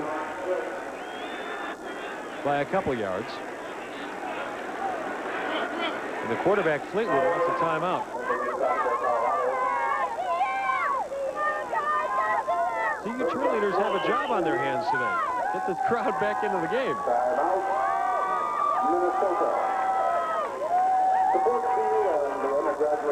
All right, let's try that promo again, Dave, okay? Sunday nights are your sports night here on Channel 4. Immediately following the News 4 late edition at 10:35, it's the Bill McCartney Show featuring the coach himself along with our very own Dave Logan. They'll bring you all the highlights and analysis of today's game. Then it's Sports Extra with Gary Miller, who brings you the very best of the week in sports. It all starts at 10:35 this Sunday following the News 4 late edition. Minnesota has an interesting decision here, 4th and about 2, maybe even a yard and a half. They'd like to get some points on the board. They also would like to prevent Colorado from putting any more up. Do you go for it on your own 48, knowing that if you fail, you're probably going to give CU good enough field position with enough time to go for it a few times? And it looks like John Gutekunst has said, hey, let's see if we can score here. We need the points. We'll take the gamble. Yeah, what do you have to lose? 1:16 to go in the first half. Minnesota is going for it. 4th down and 2 yards to make it from their own 48-yard line. He's going to run it himself with nowhere to go. And the Buffs shut down Minnesota and take over on downs. Well, Colorado changed defensively there, made an adjustment. They went out of their normal defense to the nickel package. You see Chad Brown, they've moved him inside from the outside linebacker. So it looked to be a quarterback draw, which may have worked against the regular defense. Simply had nowhere to go against the nickel package. And now the Buffs with excellent field position and 1 minute and 10 seconds to go in the first half. Vance Joseph still at quarterback for CU, giving Darian Hagan a rest. And the Buffs throwing long with a 31-point lead.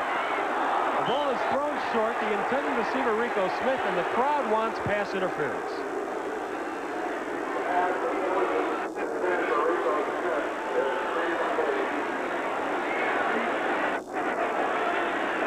But won't get it, I might add.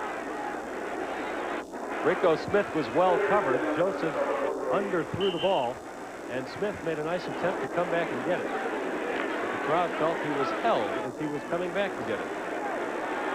Buffs defense has allowed only 3 touchdowns in the last 16 quarters of play. That's a pretty good defense. 2nd and 10. Throwing again. Incomplete. Chad Brown playing offense. Am I seeing this correctly? Number 34? No. You are not. That is Kendall Bussey, the big fullback.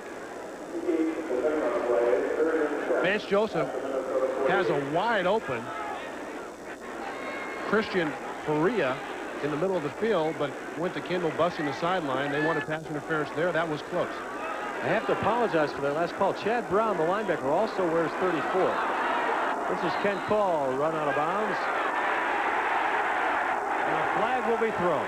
Looks like a late hit on call.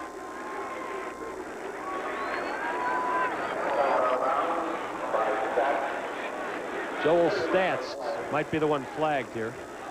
McCall's going to be run out of bounds well before first down yardage is made, and Stats right there just has to let him go. But instead kind of flings him to the ground. That's really not much of a call, and yet it was penalized. Dead ball, personal foul on the defense, first down. Joel Stats, senior linebacker, 6'2" and 231 pounds. It's a frustrated defense right now. It's a defense that came into the game thinking they could really handle the CU offense. An offense that was young and experienced, did not play well against Baylor. But they have played exceedingly well here in the first half, and they have completely dominated this game. 54 seconds to go in the first half. 2 wideouts. Rico Smith and Mark Henry, and Vance Joseph is looking for one of them. He's got Henry, who might get into the end zone. Down to the 2-yard line before he's run out of bounds by Sean Lumpkin. Mark Henry with 4 catches on the day so far, including 2 biggies. What you're seeing here is more of a message to Stanford, really, than something from Minnesota. The Gophers don't have great team speed, and this shows. Henry, just a simple crossing pattern, and he is running away from people, except Sean Lumpkin, who knocks him out about the 2-yard line. This will give Stanford much more to prepare for next week as the Buffs play the Cardinal in Palo Alto. First and goal from the 2. The pitch to a wide open Kent Call. Touchdown, CU. Call has scored a touchdown in each of the first 3 games for the Buffs.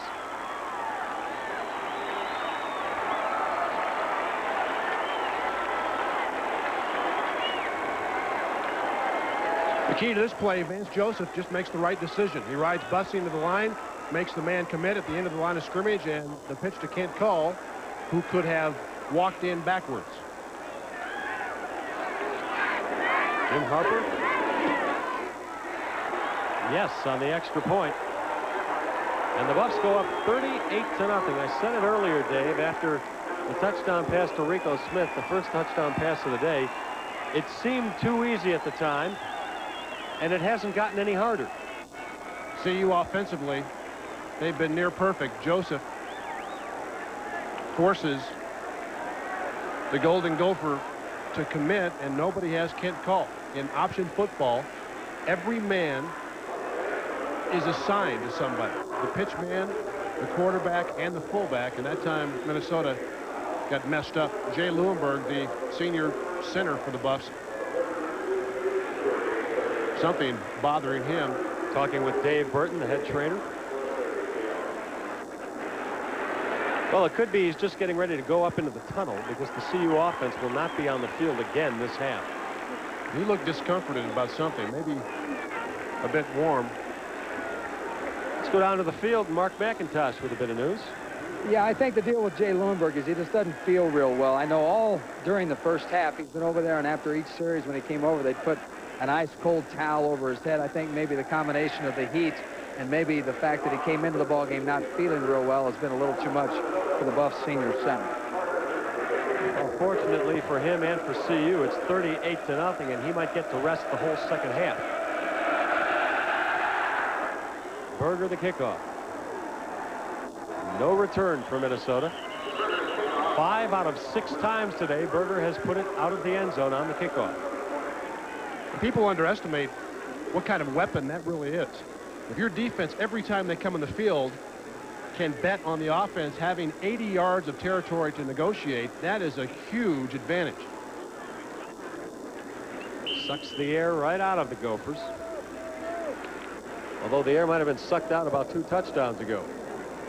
Yes, they are deflated, I think, safe to say. 1st and 10 for Minnesota from their own 20-yard line.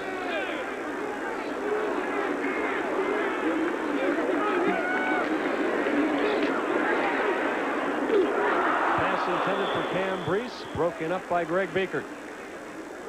You're down 38-0, and all of a sudden your arms become very, very short. Cam Brees usually is a good receiver, but he feels Biekert coming at him, and those arms just don't go up above your head. Therefore, you can't catch it. 215 yards of passing for the Buffs, and 122 yards of rushing. I would imagine right now both teams saying to themselves, do we really have to play the second half? I think enough was proven in the first half so far. Fleetwood. Complete to Lewis Garrison at the 28-yard line. I think Chad Brown has just picked up an unsportsmanlike penalty as he pushed number 39, Hunter. Good throw here by Fleetwood, and an excellent catch. Terrific catch. That would have been good in the NFL if both feet got in. Dead ball, personal foul on the defense. And Chad Brown is on the sideline, standing right by Bill McCartney, who walks away from him. Brown got into it with Antonio Carter, the fullback, and exchanged a couple of shoves. Now McCartney calls over the official and asks who was it. And unfortunately for Chad, they will tell him. This will also give Minnesota a 1st down. Ball placed at the 43-yard line. 31 seconds to go, first half. So far, a rout in CU's favor, 38-0. Colorado 4 penalties, the Golden Gophers only 1. Been a pretty good play first half. From a penalty standpoint, anyway. Fleetwood pushed up to the 48-yard line. Call it the 49. A gain of 6. Clock winding down. 15 seconds to go in the half.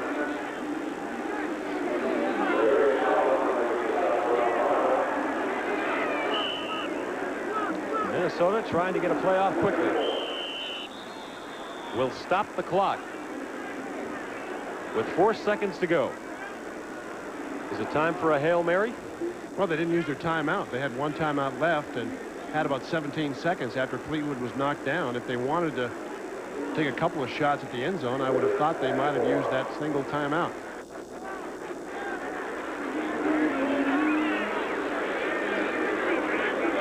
John Gutekunst and the rest of the Minnesota staff talking it over with the quarterback. I'm very, very surprised at what's happening here today for Minnesota defensively. I can't recall the last time I've seen such big holes blown into a defense, especially with a guy who used to be the defensive coordinator, John Gutekunst. And now Minnesota uses their last timeout.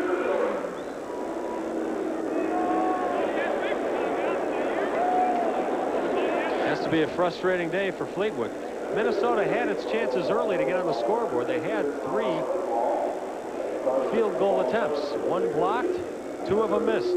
Be sure to join Dan Reeves and me each Monday evening at 6:30 for the Dan Reeves Show. We'll take a look back at the San Diego game with highlights and analysis from the coach, along with some very special interviews. That's the Dan Reeves Show Mondays at 6:30 right here on Channel 4, the home of the Broncos.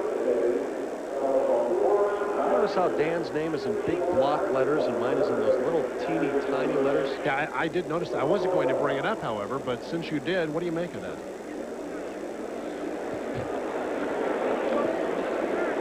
Well, it is the Dan Reeves Show. That's what I thought. 4 seconds to go. Minnesota will have time to get off one play. And CU has brought in a number of defensive backs, and they're lined up back at the 20-yard line because they expect Minnesota to throw the ball long and deep into the end zone. Fleetwood dumps it off to Antonio Carter.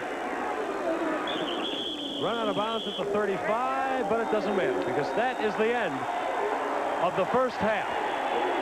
CU leads it 38-0. A nice hand for the Buffs as they run off the field into the locker room. Not a whole lot you can say except, boys, keep it up. All right, Mark McIntosh on the field right now with Minnesota head coach John Gutekunst. Thank you very much, Les. I know you didn't like coming in or having to play CU after they lost to Baylor, and you're proven to be very correct. Oh, very embarrassed. We just no discipline in the secondary, killing us with the play-action game, and when that happens, then everything goes bad. Offensively, you moved the ball pretty well. We've been moving the ball real well until you get to this point where they can play one thing. So it's been a long half, but we'll try to regroup and give you a game. Thank you. John Gutekunst, Minnesota coach. They're trailing 38-0. Les, back to you. Boy, Goody very honest, very disappointed in his defense today. Let's take a break. 38-0. CU at the half.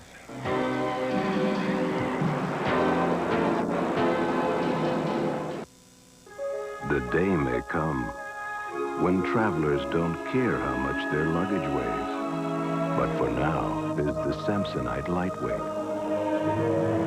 It's 25% lighter than the average soft-side suitcase. Because at least in the immediate future, the weight of the luggage you carry can still be a matter of some gravity. Samsonite, our strengths are legendary. You got your dreams, your big ideas, you want them all to come true.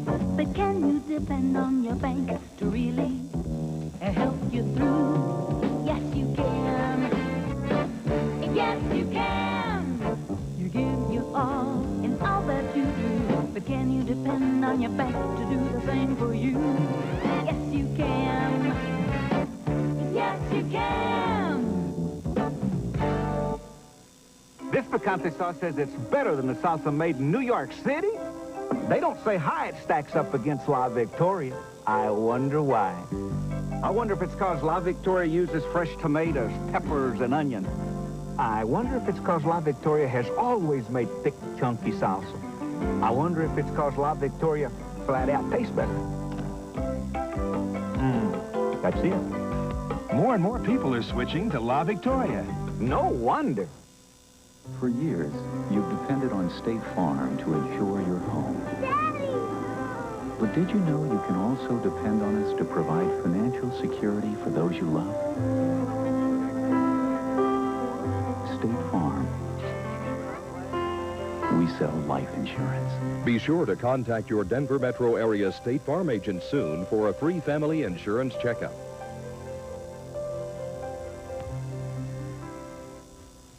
Tyrone Braxton on Broncos Beat, Saturday at 6:30.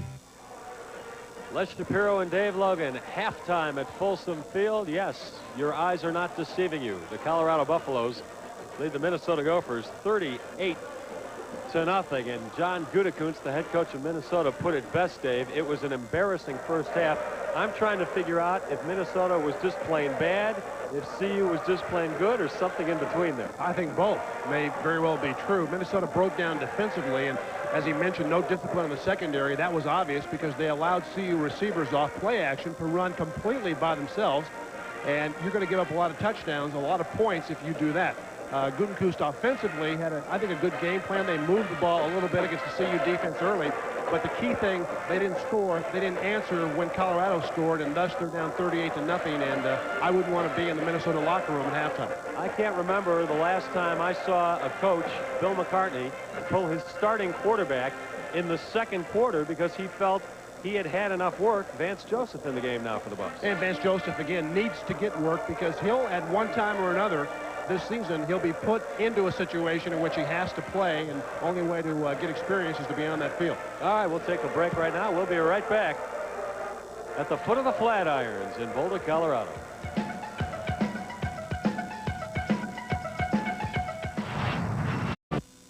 Well, the Buffalo's marching band, 100 years of existence, just finished its halftime repertoire. When CU graduates Fred and Nancy Thomas finished their studies in Boulder, they headed to the southwestern corner of Colorado. CU's Leslie Ahome shows us how they're keeping their ties to CU.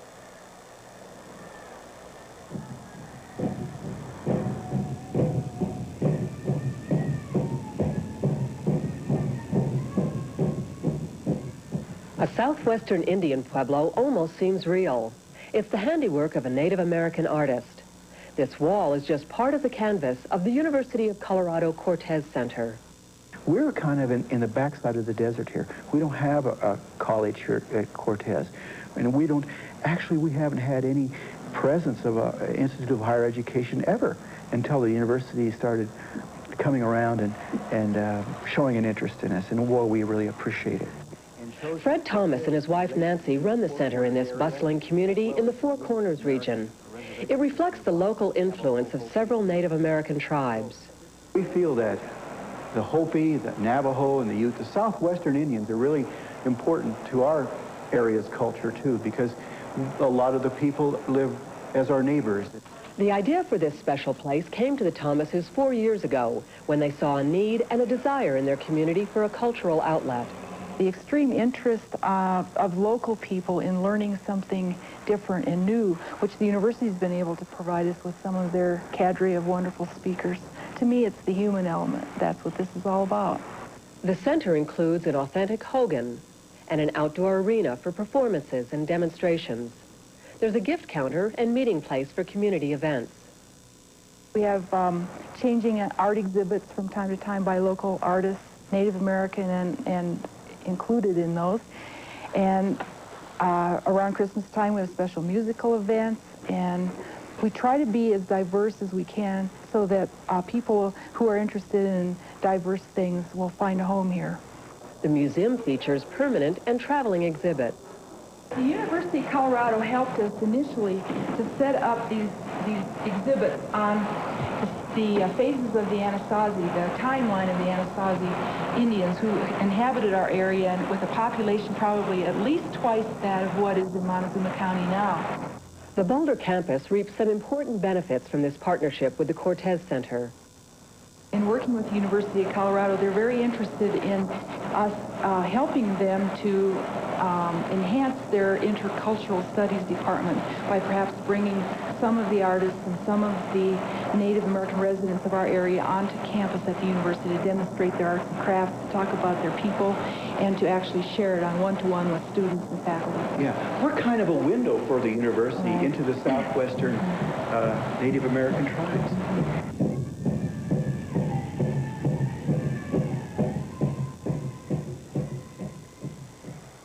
38-0. CU will return for more halftime activities from Boulder after these words and a message from Colorado. Hey. Les Shapiro and Dave Logan back with you in Boulder. 38-0. CU over the Minnesota Gophers. CU with a very quick strike in the first quarter. Let's take a look at those first few scores for the Buffs. Goes after the defense had been on the field. The first play from scrimmage, you see the great block by James Hill, which gives Darian Hagan enough time to spot a wide open Rico Smith. And the nice thing about that throw, Hagan got it up in the air and let Smith run onto it. He didn't try to drill Rico Smith, which he has done in the past. Get that ball up, as he does here to Mark Henry, who is all by his lonesome. That one from 30 yards, the second touchdown of the game, and the CU offense was off to a quick start. Lamont Warren, the freshman tailback, saw extensive playing action and will never have a hole bigger than this one to run through. Great job up front by Anderson. Dolan Jackson with the block, and Lamont Warren untouched into the end zone for yet another Buff score. In between that second and third touchdown came a Jim Harper 50-yard field goal. So the Buffs led it 24-0 with a couple more scores to go, and let's take a look at those. Good play here again. Vance Joseph seeing extensive time. Watch the run by James Hill. Breaks the tackle there of Davis, the linebacker. Steps up inside. Lumpkin can't get him. Ducks behind the block of Sean Embry, and a great run by James Hill, the fullback. And that's after he came out of the game with a bad ankle. And then, of course, the final touchdown. Joseph rides the fullback with a nifty pitch to Kent Call. Minnesota didn't see him either, believe me, as Call scampered into the end zone. It's 38-0 at halftime. Here are your first half stats. It's a bit deceiving, wouldn't you say? Well, I would say Minnesota had relative success offensively in the first part of the game. That's why you see their yardage there. They also kept the CU offense off the field, 18 minutes plus for Minnesota, almost 12 for the Buffs.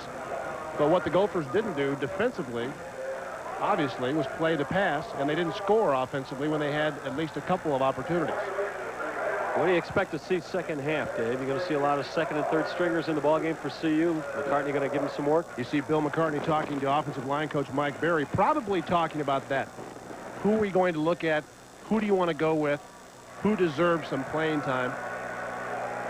This year, with such a young team, there will be close games, I can guarantee you, as conference play, and also Stanford next week. So you want to give some young kids as much quality time as you can.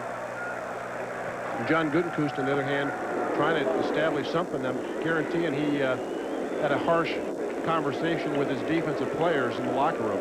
Said he was embarrassed. They just broke down defensively right from the start. Gutekunst, the gentleman who just put on the headphones and the white baseball cap. Aaron Peepcorn will be kicking off for Minnesota. He's a junior out of Austin, Texas, a redshirt last year. He does the kicking off. Mike Schallberg does the field goal kicking for the Gophers.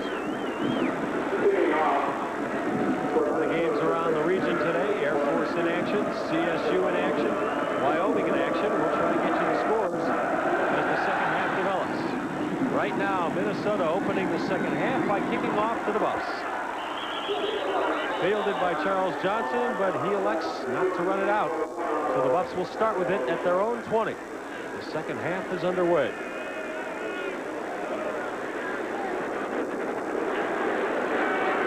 Charles Johnson, the sophomore out of San Bernardino, California. And right there, Vance Joseph out of Marrero, Louisiana, taking the reins from Darian Hagan at quarterback. Hagan is not hurt. He's just getting a rest. When you're up 38-0, no need to have Hagan in the ballgame. Kent Call gets the call. A 3-yard gain to the 23.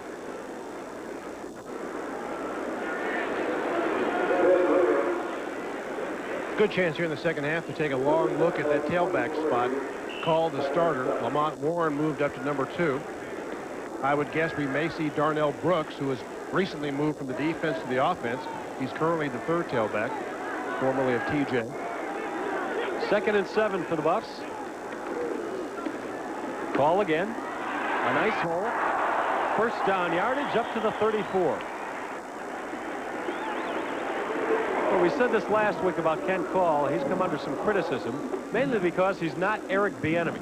And a lot of CU fans and maybe even some of the media spoiled by Bieniemy's success. But Call has done a good job for the Buffs the first 3 games. Well, they're used to seeing a different style of running back. And again, the counter tray, a good job offensively. Jim Hansen, Dolan Jackson from the right side pulling. Call has those long strides. Here's the reverse pitch to Charles Johnson.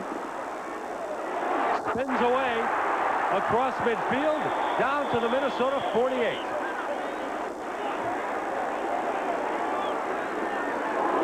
Charles Johnson, 6 feet tall, 185 pounds.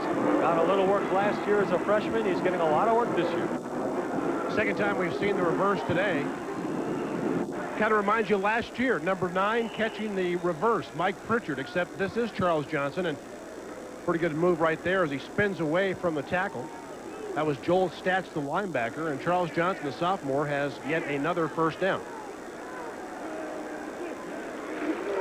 First and 10 from the 47. Joseph nowhere to go, gains 1 yard. Todd Wolcall brings him down, along with Ben Williams. Colorado offensively came into this game a bit hesitant and certainly without great confidence. You take a look now. I wonder what they're thinking. 1 play, touchdown. 7 plays starting their 21, touchdown. They fumbled 1 time, that stopped the drive, and that's really been the end of it. 2nd and 9. Joseph. Complete to Call. A nice move inside the 35. And another CU first down. Conversely, you look at Minnesota's scoring drives. There are no scoring drives. Those are their drives. 4 plays and a fumble. They had a field goal blocked after an 11-play drive. Every drive starts on their 20. That's what we were talking about. Mitch Berger, a huge weapon for this Colorado football team.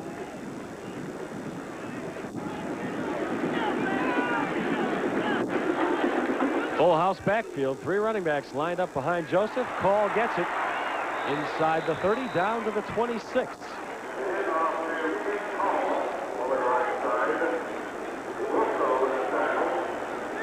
Wolko again in on the tackle. Hey, you were talking earlier as we look at the replay. Take a look up front. Offensive lines really establish the territory a running back can go into, and Kent Call with a huge hole. 2nd and 3. Call again. Met very quickly by Dennis Capella. I was starting to say, you referred earlier to Darnell Brooks. We might get a look at him today. And that would be nice. Had such a great career at Thomas Jefferson. They won the state championship in Herman Motz's final year there a couple years ago. Darnell Brooks recruited here at CU as a running back. There's an Atlanta. I'm sorry, Les. That's all right. Quickly made into a DB. There's a man that'll be watching the Braves and the Dodgers tonight. As we will. Braves a half game out in front as they beat the Dodgers last night 3-0. I'm anxious to see Brooks. Very good high school player.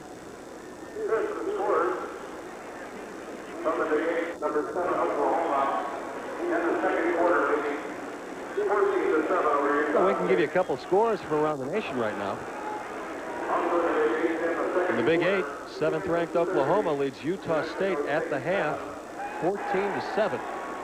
Still in the 2nd quarter, I should say. There's a player down on the field. It's Anthony Bryant, the right defensive end from Minnesota. Looks like he got the wind knocked out of him. Minnesota, again, is a defense that is big and strong, but does not possess great speed. We said that right from the top, and that has been exposed as a weakness here by the Colorado offense.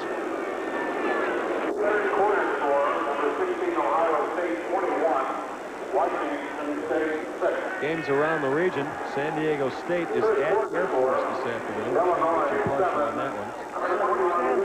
CSU is at Southern Mississippi. I see a banner wishing Kent Call a happy birthday.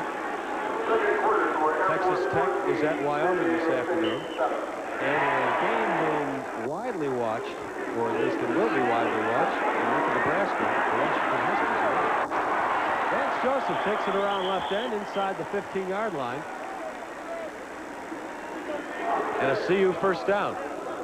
The nice thing about this play, Vance Joseph will stretch the defense. Watch how long he'll run parallel down the line of scrimmage. He will force the contained man to make a decision right there. That's number 26, Sean Lumpkin.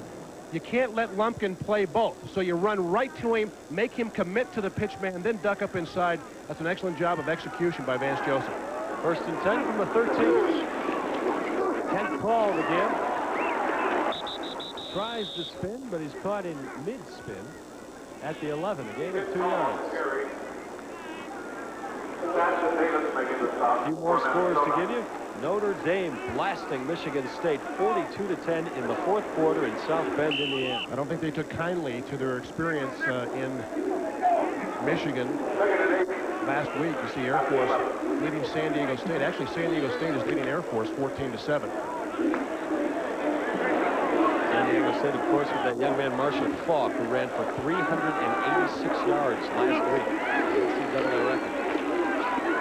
Kent Call pounds his way inside the 10, down to the 8, a gain of 3. Derek Fisher brings him down. Same play that you saw Lamont Warren score on late in the second quarter. The counter tray, good block by Kendall Bussey on the top. Tough yardage inside by Kent Kaufman.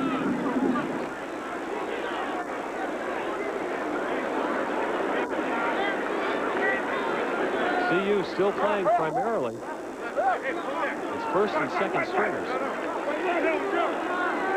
Despite a 38-0 lead. 3rd and 6. Joseph looking into the end zone. There's a great Houdiniac there. Puts on a move, gets inside the 5.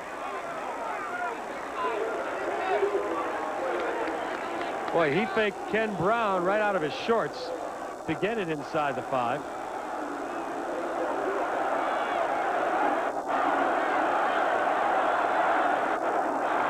Vance Joseph showing he's as fleet of foot as the starting quarterback, Darian Hagan. Huffing and puffing right now. I think Vance would like to buy a minute or two to catch his breath here. So the Buffs get right back up to the line of scrimmage. It's 4th and 1. They're going for it. Kent Call hit quickly. He's going to be close. Russ Heath out of Aurora, Colorado made the stop along with Ken Seabury.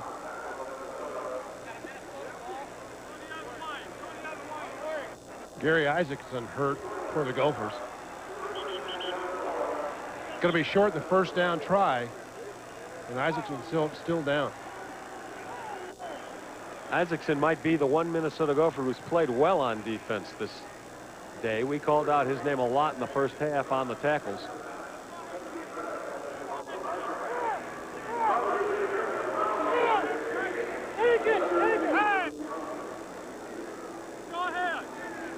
Oh, we've got 9:29 to go in the 3rd quarter. The score remains the same, 38-0. The Buffaloes lead Minnesota.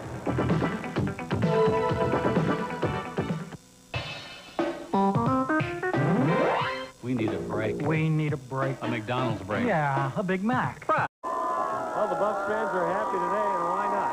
38-0. That was the score at halftime, and that's the score right now. With 5.5 minutes gone in the 3rd quarter. Minnesota takes over the ball on downs. It's 1st and 10 from their own 4-yard line. Antonio Carter tries up the middle. That's about 3 yards. Chad Brown makes the stop. CU still with its starting defense on the field. And I think the reason you're seeing the starting defense play is because they didn't play very well in the first half. Didn't give up any points, but gave up, in Bill McCartney's estimation, way too many yards. Minnesota able to run the football against this defense, and I wouldn't be surprised to see them play a couple, 3 series here in the second half. And if you know the coaching mentality, you know they feel it is never too early, or too late, I should say, to take your first string out. You always want to be as safe as possible. I think they're safe in the game. I just think that this is a way to get those guys to play. It's a hot day. You take them out, you almost give them a pat in the back for a job that I'm sure the coaching staff feels is not well done.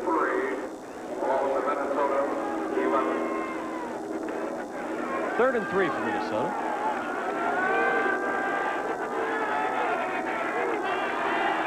Three running backs lined up behind Marquette Fleetwood, the quarterback. They give again to Carter. He's up to the 16.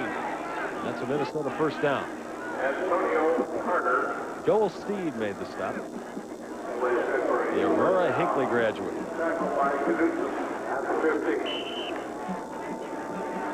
Been a rough year for Joel Steed, even though he's a preseason All-American pick. In spring ball, he had a virus and lost a ton of weight. Wasn't able to participate much. And right now, he's nursing a broken hand. He's got a bandage on it. He's hardly missed a play. He's seen his first 3 games. That pass incomplete. Intended for Ken McClintock, broken up by Eric Hamilton.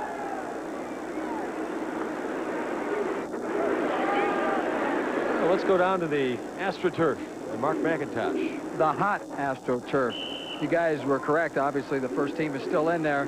John Knutson, well, now he's leaving the ball game, but he was getting some experience calling the defensive signals. Now Greg Beekert is going back out in front and calling the signals, but they were giving the freshmen a chance to call the defensive signals there for a while and give them a little experience. A lot of youth on this CU team. And an opportunity to get some work here. Chad Brown puts on a good rush. The pass is incomplete to Chuck Rios. And you can give Chad Brown credit for making Markel Fleetwood get rid of that ball maybe a little earlier than he wanted to.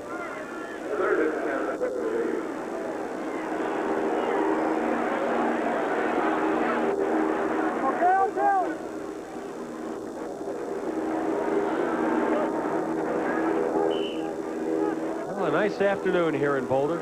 Mid-80s, a little hotter down on the turf. None of the fans have left yet, despite the blowout. Bring a picnic basket, sandwich, a little something to drink. Might as well spend time here as well as in the park. 3rd and 10. And Fleetwood is sacked. The first sack of the game for the Buffs. Let's see who climbs off that pile. Ron Woolfolk and Chad Brown, the two outside linebackers. We've talked a lot about those outside linebackers, and they this time just completely collapsed the pocket. You'll see Hunter try to block Woolfolk, and Brown actually gets there first, but both outside guys coming, and both guys will be counted on heavily this year in the option. 7:22 to go in the 3rd quarter. The Buffs still lead it 38-0.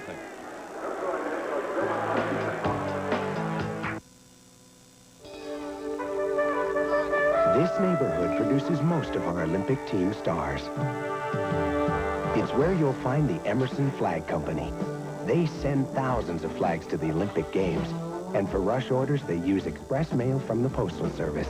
It offers convenient pickup service, guaranteed overnight delivery, plus great low prices, which could help a small company like this have a banner year. We deliver for you. I want to tell you about my McDonald's. It's not just a place. It's a menu filled with good food for 59 cents anytime. Breakfast, lunch, dinner, snacks. Like, this is my McDonald's. And this is my McDonald's. And these are all my McDonald's. 59 anytime. And even though this was my McDonald's, your McDonald's is waiting for you with 59 anytime. Save big bucks on a new or used truck at Chevron Chevrolet's Big Buck Pickup Sale. All new and used trucks and vans in our giant 14-acre dealership have been priced to move right now. How many big bucks can you save? Here's a new 91 full-size Chevy truck, just $97.99. In the market for a new van? Here's a new 91 Chevy conversion van, just $15,999 or $199 down and $199 a month. Why pay more than you have to when what you're looking for is right here? At Chevron Chevrolet, the affordable way, I-25 and a Polar exit. There you see Chip Brixius being helped off. An offensive lineman's nightmare. You know what's going on in front of you, but you can never tell behind you. Chip Brixius right side of the screen, blocking, and gets cut from behind as the pile gets him. Leonard Renfro trying to get past him, and right knee gets sandwiched in between a lot of people. Well, it's not enough. Minnesota's going to go home with a wounded ego. They're going to go home with some wounded bodies also. Brixius, the 3rd player to go down for Minnesota. The punt from Kaufman to Darian Hagan. And Darian does some dancing down the sideline. A nice run back down to the Minnesota 31-yard line. Darian Hagan is fast becoming one of the country's best punt returners. He does not need much. You'll see him spot the hole right there, and that burst of speed enables him to get up the field. Got very sure hands, and as he plays more, he's starting to become more comfortable as a punt returner. A 24-yard return there. He has got quick feet. Things you can't teach. That's what Darian Hagan has. Hagan, one of the punting return leaders in the nation with an 18.1 average. This is Lamont Warren for the Bucks. Inside the 25, down to the 24-yard line. A gain of 6. Lamont Warren getting a lot of work today. The freshman out of California. He's got 4.3 speed in the 40-yard dash. A high school All-American. He actually played quarterback in high school and must have thrown the ball pretty well, because over his high school career, he completed 62% of his passes. And talk about talent, Lamont Warren also plays the viola. 2nd and 4. Vance Joseph over the middle. Tipped away by Ken Seabury. Charles Johnson was open in the end zone. He was flat out diving to make the catch, but Seabury broke it up. Nice job by Seabury, who was playing the right corner. Nobody out in that area, so he's able to fall back to the middle of the field and just got a hand on that one. The Minnesota safeties are getting beaten like a drum all day long. There is nobody back there to cover the Buffs when they get deep into that secondary. 3rd and 4.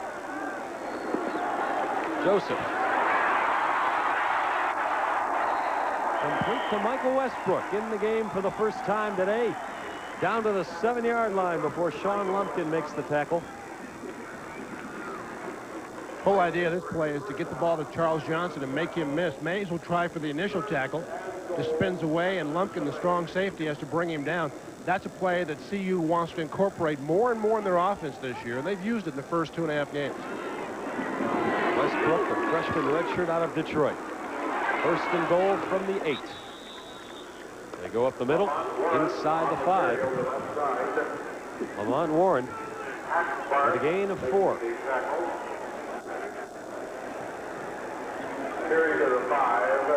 Plays the viola. I'll bet he worries after every game about his fingers. You need good fingers to play the viola. you break them playing football, you can't play the viola anymore. 2nd and 5 from the 5. This is Warren again. He'll go in. The freshman's 2nd touchdown of the day.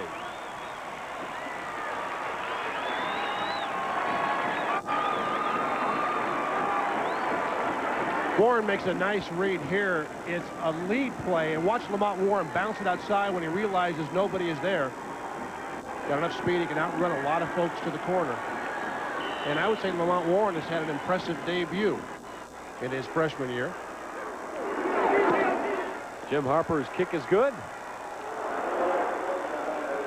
And the Buffs go over the 40-point mark. It's 45-0. We've got 5:28 to go in the 3rd quarter.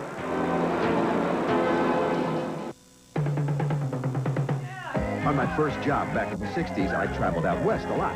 The only place original Coors was sold, which made me a very popular guy. Here's Steve swapping me his old stereo for a case. I think he took me. I used to bring Coors back in my trunk. It was like home delivery, fresh from the Rockies. Ta-da! After I got married, I changed jobs, but not beers. Hey, the best things in life never change.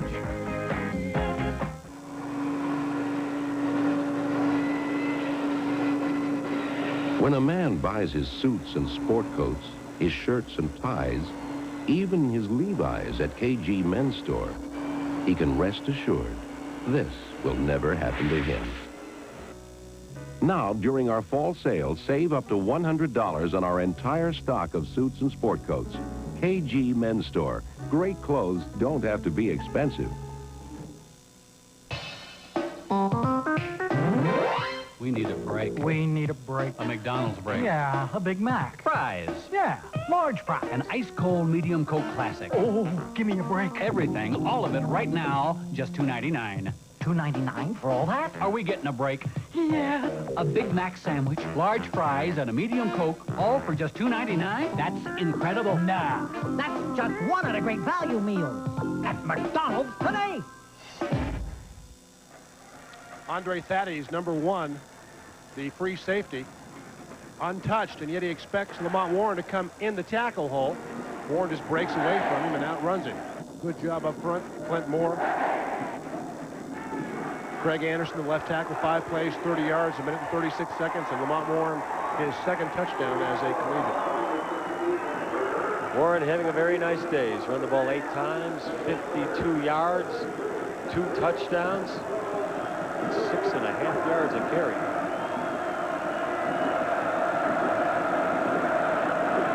Mitch Berger to kick off.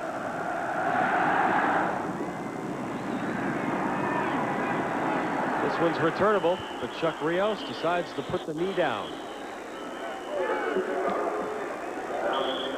So like every other drive this year, Minnesota will start from its own 20.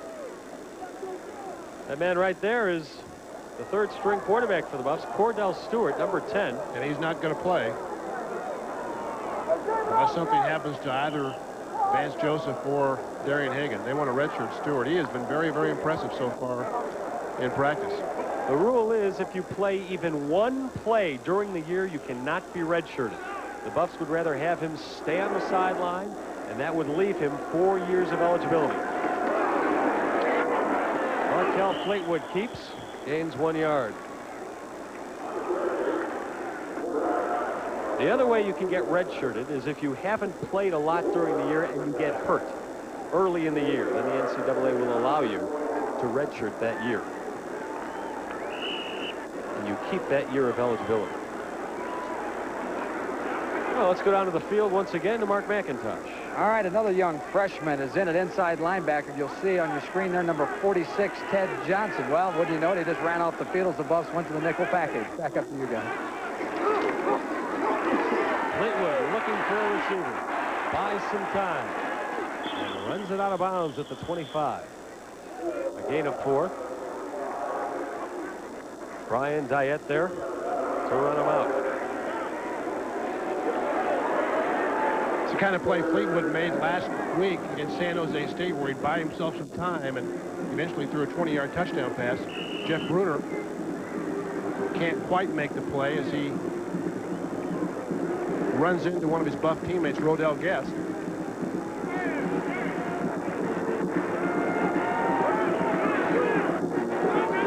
Ted Johnson now back on the field at linebacker for the Buffs. Chris Hudson in the ball game, defensive back.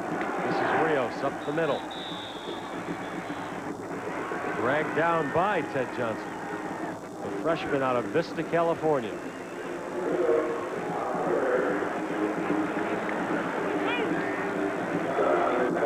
Well, the Buffs have gone deep into the bench now on defense. Let's see if the same holds for offense after Minnesota gets off this punt. Darian Hagan will not return this punt.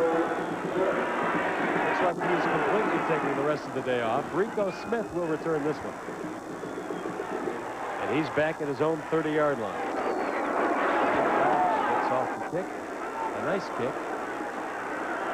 Smith from his own 25.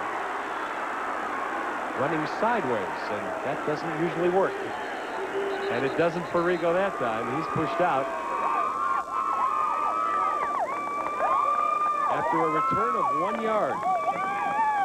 Well, we told you earlier about the Dan Reeves Show, Monday nights at 6:30. If you're interested in being part of the studio audience for the show, tickets are going fast. We still have a few December dates open.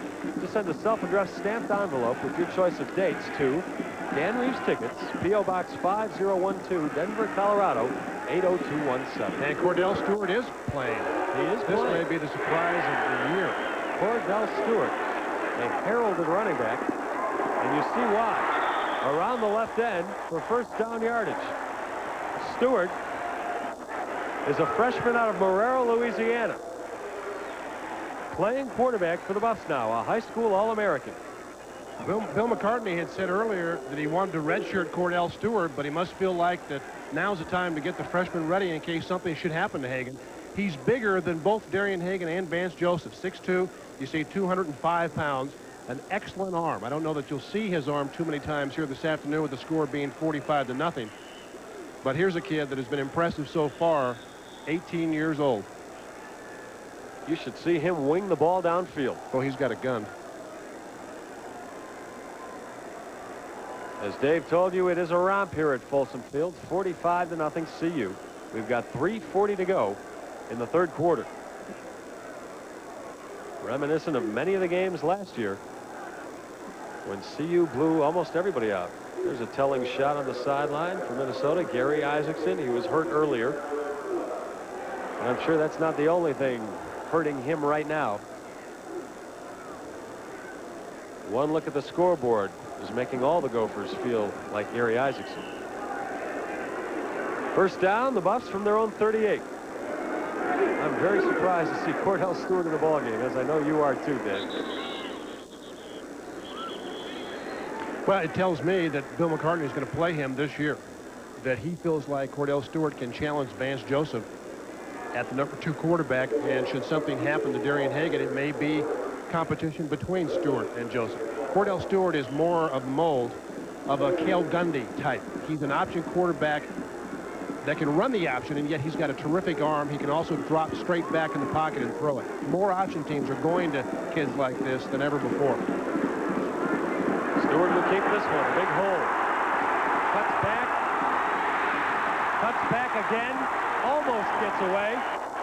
Down to the 26-yard line. Dennis Capella finally caught up to him. Boy, he did some cutback running like a tailback right there. I think what's distinct about his running ability, he doesn't look like he's moving. He's a very long strider, not like Hagan or Joseph, and he's strong. You see him just push aside a Minnesota Golden Gopher, 33 yards on the run. Plus a good-looking young team. I'm telling you, the next 2 or 3 years, CU fans are going to have a lot to look at. This is Call. He'll get in. Kent Call, touchdown, his second of the day. They are feasting on this Minnesota defense. This is a gopher hunt, Dave.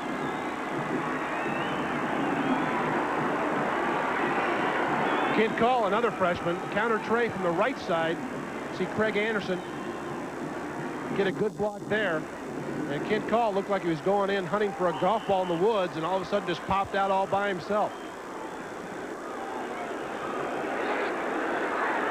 This is Berger on the extra point attempt. He usually doesn't kick these. But Berger puts it through. Usually Jim Harper is out there for field goals and extra points. But when you're up 52-0, you can give some other guys some work. Craig Anderson, number 70, and Clint Moore, 66, both pull from the left side. Moore actually loses his footing. It looked like Kent Call was going to be knocked down, and nobody put their arms around him. So he said, all right, I'll just take it to the end zone, show it to the fans. Call has looked good here this afternoon as well. Dave, I wonder if the rankings are in the back of Bill McCartney's mind. Last week they were 12th. They lose to Baylor. They go down to 19th. I think Bill McCartney is trying to bring his squad back up close to the top 10. I don't think so. I don't think right now the rankings are important, frankly, and I think McCartney more interested in getting his young team ready. They've got a tough game next week against Stanford. Stanford is a much better team than Minnesota, both offensively and defensively, and you just have to look back to last year when Stanford came into Boulder and played a senior-dominated CU offense and nearly won the game. They shut down CU offensively. Fans are going to have to sit next week's game out because it is the Buffs' first road game in Palo Alto, California at Stanford University. And the Buffs will take a 2-1 record into Palo Alto.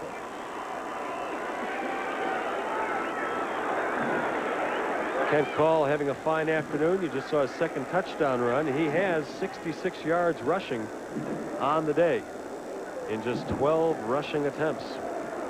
So an average of better than 5 a game, a rush, I should say. Berger kicking off.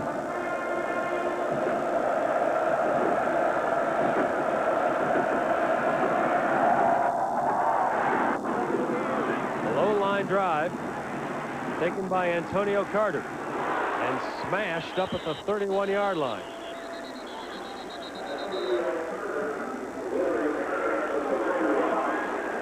Take a look at it again. Kent Call ducks up inside the block of Craig Anderson, and he's home free.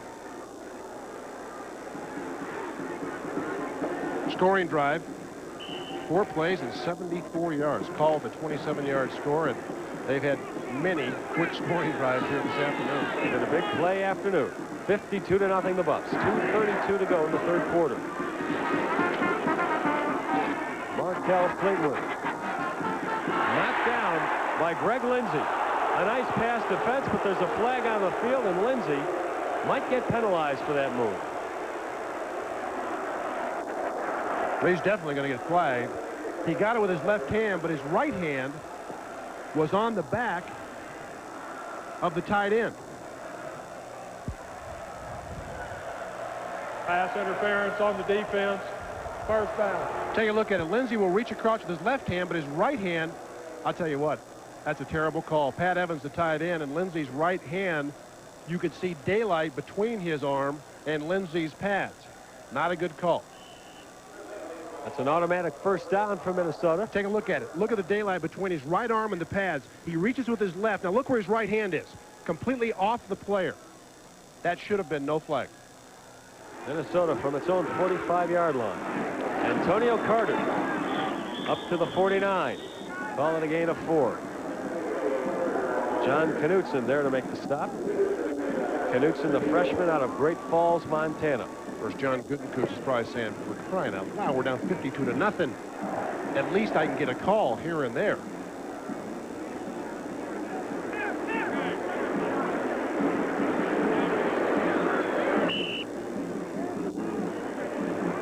Antonio Carter having a pretty good afternoon.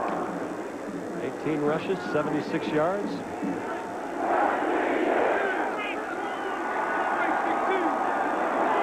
Second and 5 for the Gophers from midfield. They're running a reverse, but it's fumbled. It looked like Minnesota fell back onto the ball. It looked like they were going to pitch the ball back to the quarterback after the second handoff. You know, Les, I don't think so. I think this was a reverse. The quarterback's looking to get a block there, and had he been able to hang on to the football, that's Omar Douglas, that thing would have gone for big yards, as they had the CU defense really moving to the right side. Rodell Guest, the linebacker on the left side, was caught up in the play action, and that was going to be positive yards had Douglas held on to the football. 3rd and 17 for Minnesota. 1:40 to go in the third quarter.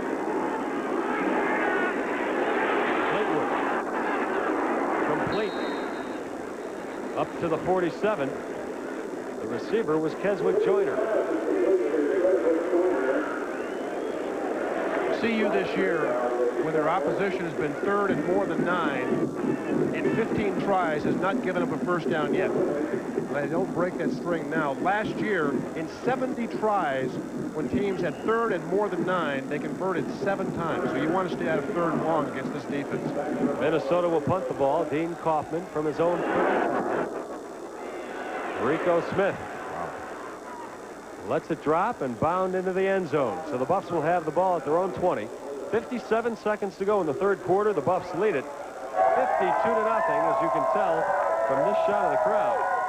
A lot to be happy about today. A 53-yard punt by Dean Kaufman.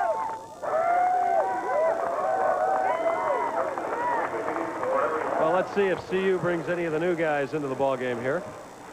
And while we do that, look over the numbers, we'll go down to Mark McIntosh on the field.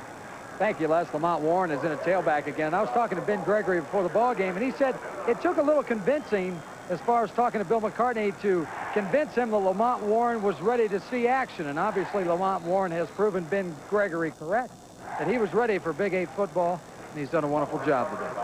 Quarterback Cordell Stewart fumbled the ball on that play, but fell right back onto it, so the Buffs will keep the ball. And a loss of 1 yard on that play. Well, this is going to be a long plane ride home for the Gophers. Well, if you want to be a college coach, you have to deal with days like this, and it's tough enough for you, but trying to get 18 and 19-year-olds to forget it and get ready for next week. They play Pitt. That's your biggest challenge, I think. Flag on the field. Well, amazingly, most of the crowd is stuck around for this game. Dead ball foul. False start on the offense. Second down. It's like those that watch a bullfight, sticking around to see how many times the bull gets stuck. You're saying they're masochists. Oh. Sadomasochists.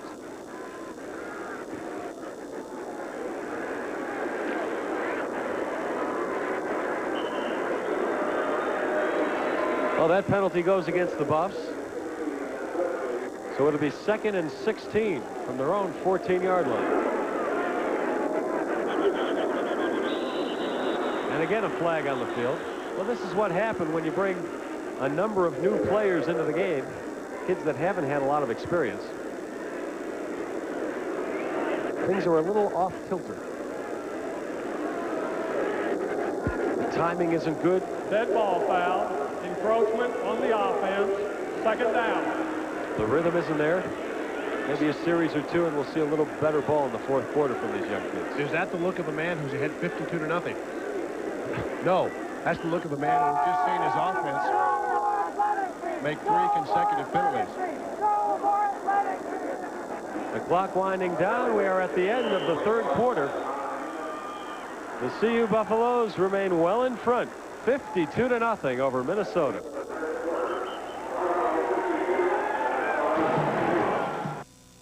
In the spirit of the Olympic Games, the Postal Service would like to present two-day priority mail. That's delivery in just 2 days of up to 2 pounds for just $2.90. Remember, 2 days, 2 pounds, $2.90. 2-day priority mail from your Postal Service. We deliver for you. Official sponsor of the 1992 Olympic Games.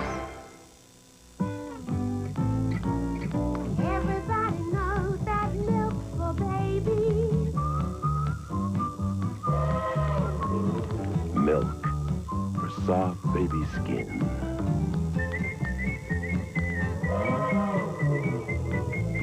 Milk for strong baby bones. Bright baby eyes. Baby milk for you. Covering Colorado 24 hours a day. Colorado's news channel is Colorado's news leader. The News 4 Late Edition, number 1 at 10. Today's game is brought to you by State Farm Insurance, by Grease Monkey, and by Samsonite, all proud companies for Colorado, and also by McDonald's and by Coors Light. Back at Folsom Field, while we were at the commercial, Cordell Stewart, with a quick snap from center, ran the ball 17 yards, caught the Gophers and us by surprise. Well, that was the actually the last play of the third quarter. Everybody thought the quarter was over, and for some reason, the officials stopped the clock with 1 second to go, the scoreboard clock. We were just told you can't end the quarter on an offensive penalty, which is true, and that's why they ran that play. The clock did run out, but there was a flag on CU, and that's why the play was run. So we'll start the fourth quarter. 52-0 CU.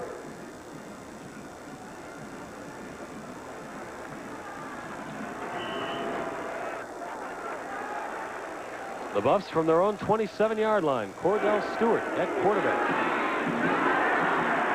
This goes up the middle, across the 30 to the 33. And Lamont Warren ran that ball. CU with its second string offensive line in the game right now. We see Chad Hammond, there is Gottlieb, Roger Ivy, Chris Stortz getting some work.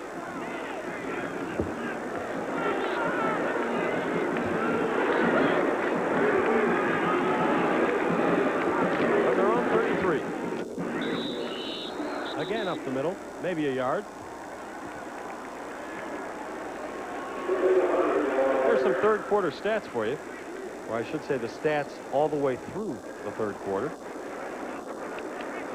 The Buffaloes have gone over 500 yards in total offense. They've more than doubled Minnesota. Minnesota with 28 yards in the third quarter. 2nd and 9 for the Buffs from their own 34.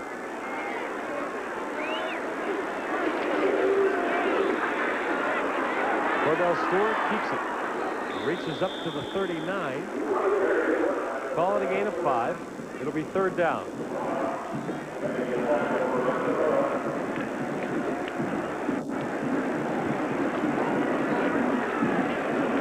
Boy, he is impressive running the ball. They say his strength is throwing. I can't wait to see him put the ball in the air. Well, usually when you gain more than 400 yards in a ball game, you win. And that's exactly what the Buffs have done. 28 wins, no losses, and 1 tie when they've gone over the 400-yard mark in total offense. 3rd and 4.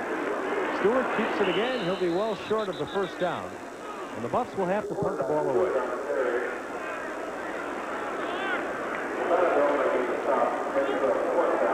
Well, a few minutes ago, we looked at Gary Isaacson. At least his head was up a little. Now his head is down almost to his waist.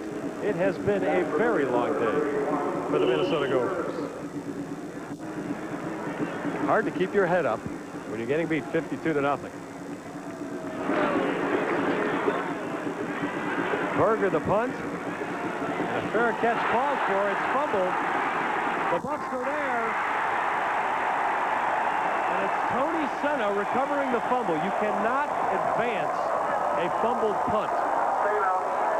But the Buffs have the ball anyway with another chance to score from the Minnesota 9-yard line. A 51-yard punt. Well, when things go bad, they just continue. That's a very, very tough catch. An over-the-shoulder catch. And Lewis Garrison can't make it. There's Tony Senna.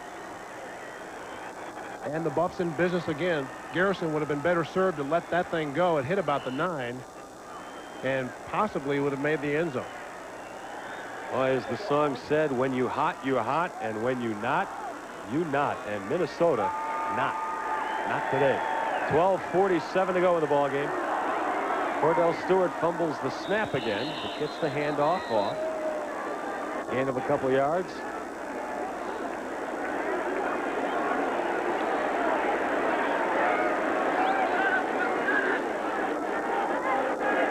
Let's go down to the field and Mark McIntosh. What do you have, Mark?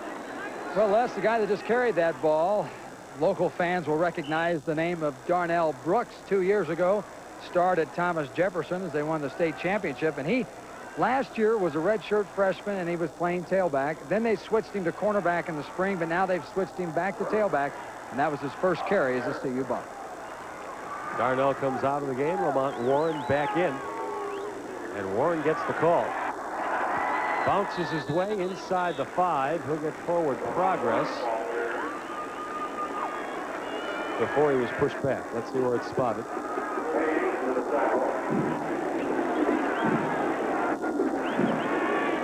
Down to the 4-yard line. So it'll be 3rd and 4 from the 4.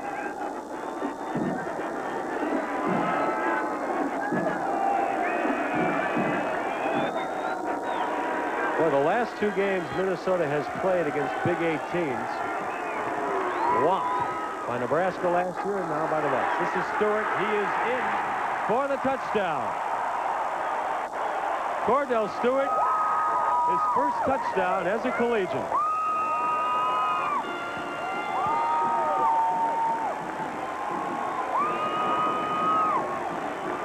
Again, Cordell Stewart does a good job of keeping. He had Darnell Brooks for a touchdown as well had he wanted to pitch the football. Strong enough to break a tackle and a 4-yard touchdown run, his first of his career. I'm betting you'll see many more times Cordell Stewart in the end zone.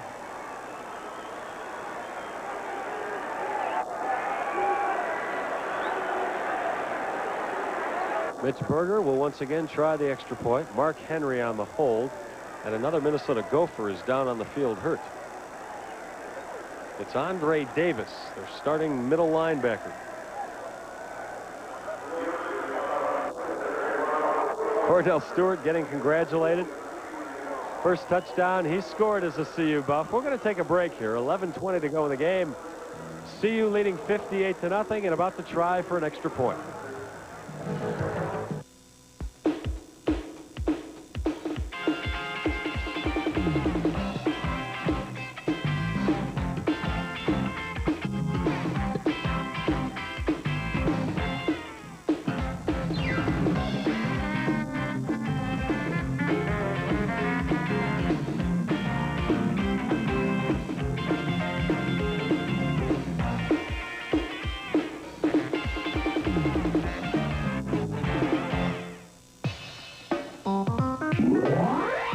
Tell you about my McDonald's.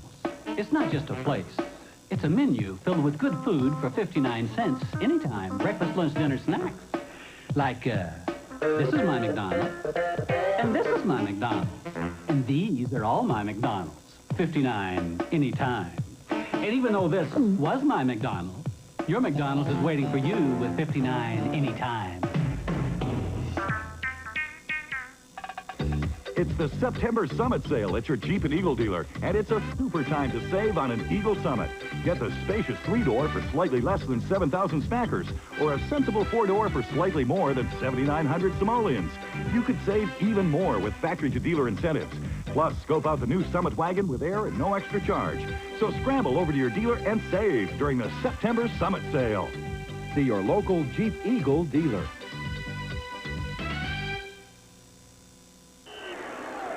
Les Shapiro and Dave Logan with you at Folsom Field. The Buffs and Cordell Stewart just scored a touchdown. There was a delay in the extra point attempt because a Minnesota Gopher was hurt. Extra point attempt is botched.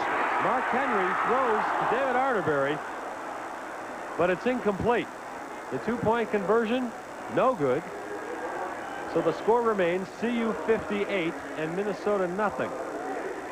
Last year, the biggest blowout for CU came against Kansas State. It was a 61-point victory. The final score was 64-3. Here's that Cordell Stewart touchdown. Good job by the freshman. Once again, sidestep trouble there, and yet stretches the defense, runs to the perimeter. Could have pitched to Brooks, but cut it up and got his first touchdown. Well, that last drive went 3 plays, just 9 yards after the fumbled punt by Minnesota. And Stewart took it in.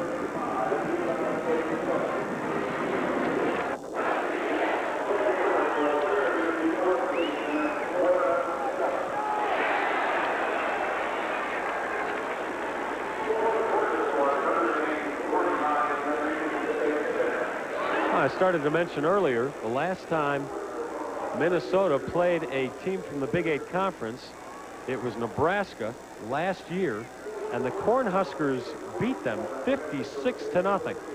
And it took the Gophers a while to recover from that one last year. And other than last year, the last time a Colorado football team scored this many points was back in 1970. They beat Iowa State 61-10. Of course, last year, Colorado beat Kansas State 64-3. Still a lot of time here, though. A lot of time left for damage. Well, Mitch Berger and Jim Harper have switched roles here. Berger's kicking the extra points, and Jim Harper is kicking off. And he's asked Julian Hayward to hold the ball on the tee because the wind is whipping up a little down on the turf and won't stay up by itself. And that's the only thing that's gone wrong for CU all day. Harper with a good leg down to the goal line. Chuck Rios up the middle and pushed by David Arterberry at the 25-yard line. This actually is Minnesota's best position to start a drive all day. Let's go down to the field and Mark McIntosh. Yeah, you guys have been talking about points scored in a ball game. The all-time record for most points in one game for the Buffs is 65. So if they get a touchdown and an extra point, they'll tie the record, which was set against Arizona in Tucson, October 11th, 1958. There you go, some trivia. New quarterback in the ball game for Minnesota. It's Scott Schaffner, a senior. And he completes his first pass of the day to Chuck Rios, and after that hit, Rios probably wishes he didn't catch it. Greg Lindsey stuck him good. There's a penalty flag on the field. Schaffner lost his starting quarterback spot early last year, played in only a couple of games. He's thrown 20 touchdown passes in the last 3 years, so he can throw the ball.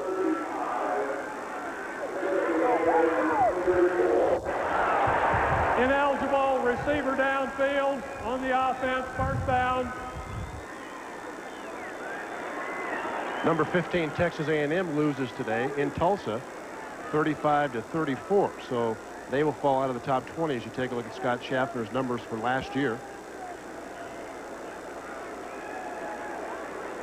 Schaffner went to high school at the legendary Moeller Prep in Cincinnati, Ohio.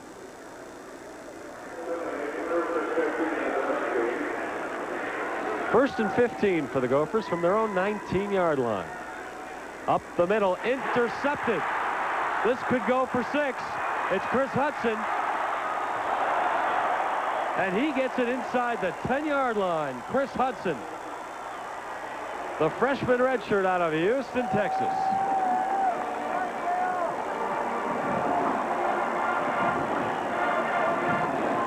Schaffner thought he had the receiver all by himself, and it looked like he took a little bit off this football.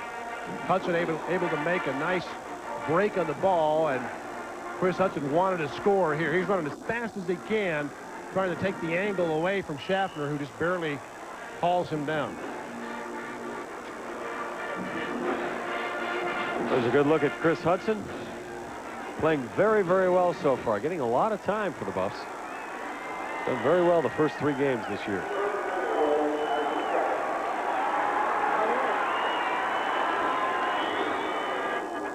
The give goes to David Arterberry. His first carry of the day.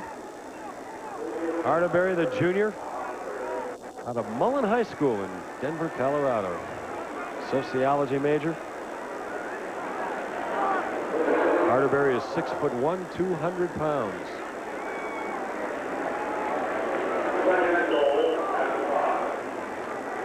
We still have a lot of time left in this game, so a lot of guys are going to get a lot of work. 10-10 to go.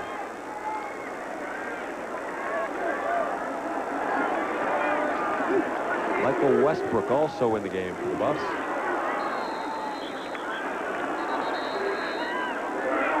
That was Darnell Brooks finding a little room on the left side.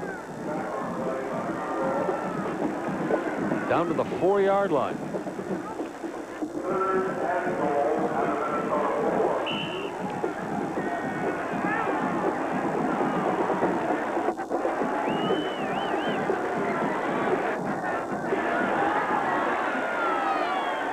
Third and goal from the 4 for CU. That's Brooks again. Not much room that time. Maybe a yard. And the crowd yelling for Bill McCartney and the Buffs to go for it on 4th down. You have to go for it here. If you kick a field goal, that's really rubbing it in the face of John Gutekunst. The way to do it here is run something very simple. A lead. If you don't score, fine, but you never line up and kick a field goal ahead 58-0. I would imagine Bill McCartney, being a former Big Ten coach at Michigan, would show a little empathy for Gutekunst in Minnesota of the Big Ten. I'll tell you, Bill McCartney's been on the other end of these scores, so he can understand it. And there you see just a quarterback sneak. You don't want to rub anything in. And I'm sure John Gutekunst appreciates it from Bill McCartney. So the Buffs give it up on downs. Minnesota will have the ball at its own 3-yard line. A long way to go on a long afternoon for the Gophers.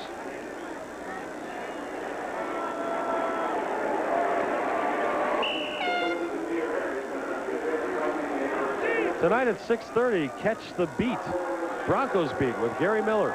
He'll take a look back at last week's game against the Seahawks, as well as take a look ahead to tomorrow's game against the San Diego Chargers. It's Broncos Beat tonight at 6:30 right here on Channel 4, the home of the Broncos. Ken McClintock, the carry for Minnesota. He got a couple of yards out of that before Corey Smith brought him down. Corey Smith, the 3rd-string nose tackle for the Buffs out of New Orleans, a freshman redshirt. And his dad, Cornelius Smith, played for the Chicago Bears of the NFL. Scott Schaffner, the new quarterback. This is his 2nd series in place of Markel Fleetwood. That's Antonio Carter. Again brought down by Corey Smith. And Carter is laying on the turf hurt.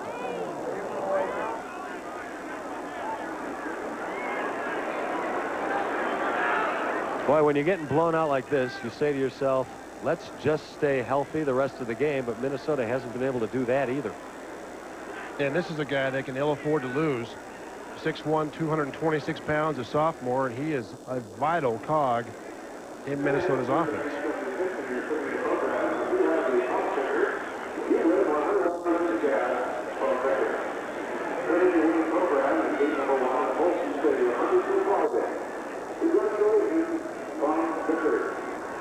Well, it's hard to keep your interest if you're on the Minnesota sideline, but the coaching staff doesn't have a choice. In fact, to add insult to injury, They're going to have to look at this game tape a few more times, too. But I tell you what, the coaches will, but this might be one, as you see Carter walk off the field, that they don't show their kids. This might be one the coaches view and then burn and say, let's worry about Pittsburgh this coming Saturday. We didn't play well, so let's get better. And how do the players feel? When you were in college and you took a loss, do you think about a game like this the week after? Sure, you don't want to see it. Pass is complete to Omar Douglas, and he is whacked at the 19. Penalty flag down.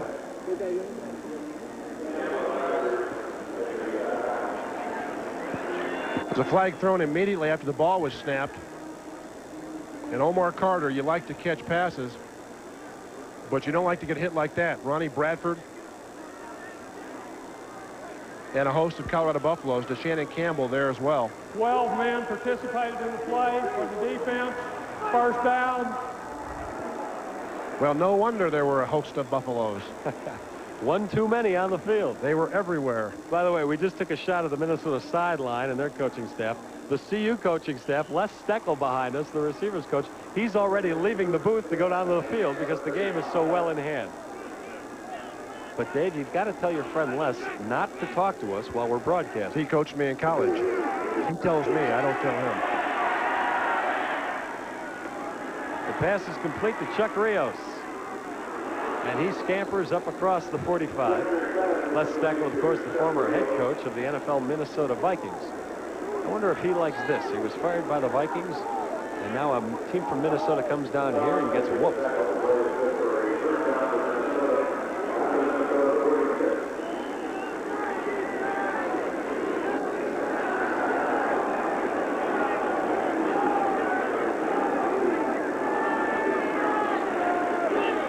First down for Minnesota.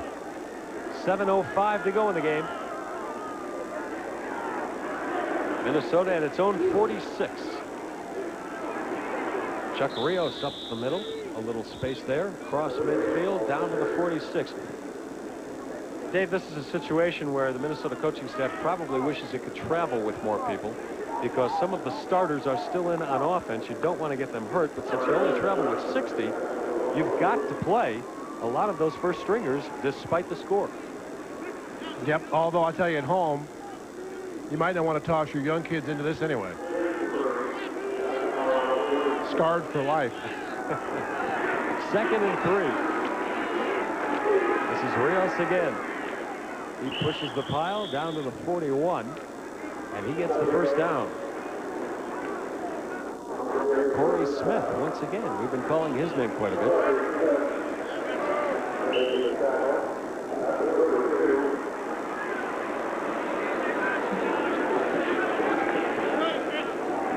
6 minutes and 10 seconds of agony left for Minnesota.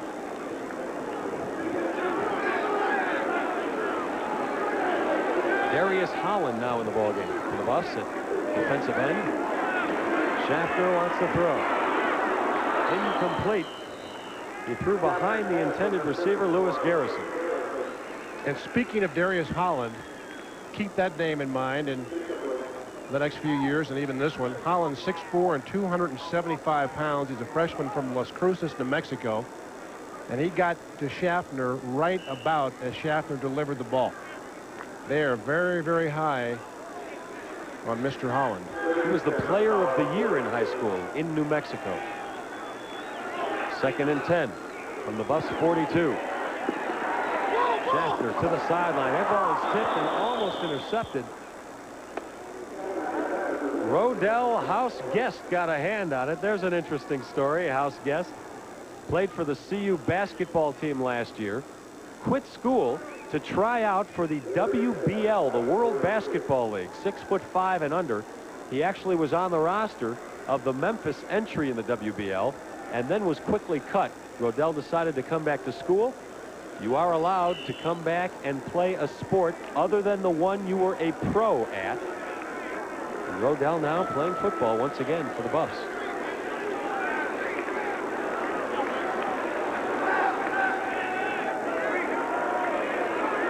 Third and 10 for Minnesota.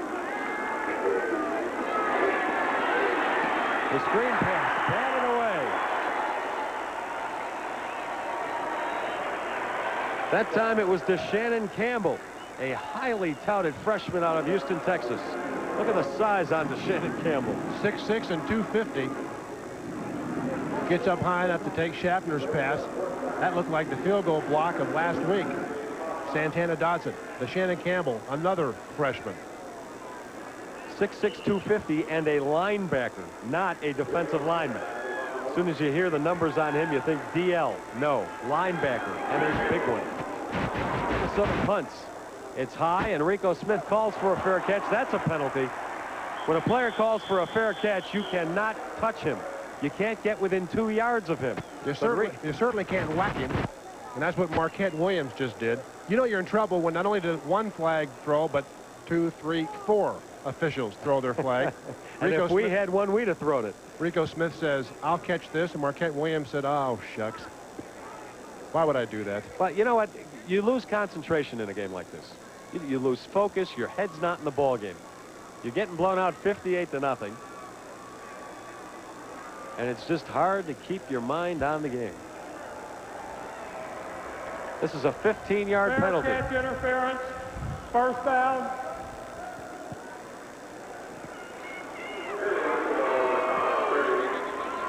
.534 to go.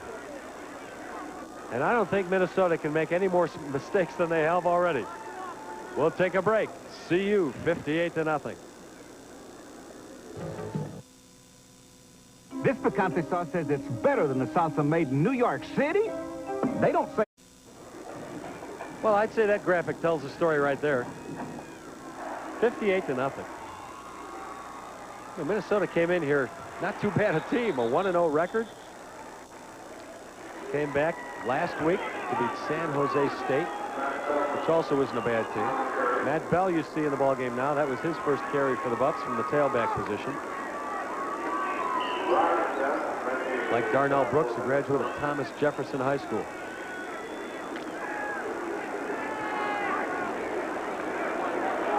Look at that. CU, 318 yards rushing. 5 of their touchdowns have come on the ground. 2nd and 3. Matt Bell again. Colorado with 167 yards rushing against Wyoming, 168 against Baylor. They've almost matched 2 games worth of output here in one.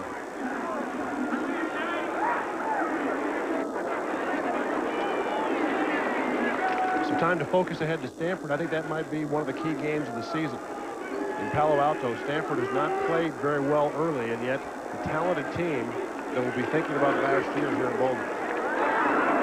1st and 10, David Arterberry across midfield, and that's another first down.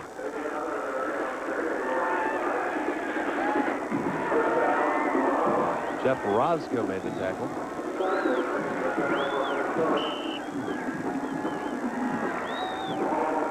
Good push up front. Arterberry breaks the tackle, and guys are just happy to get in the game. Arterberry's a junior and wants more playing time, and he's trying to make the most of it here in the last 4 minutes.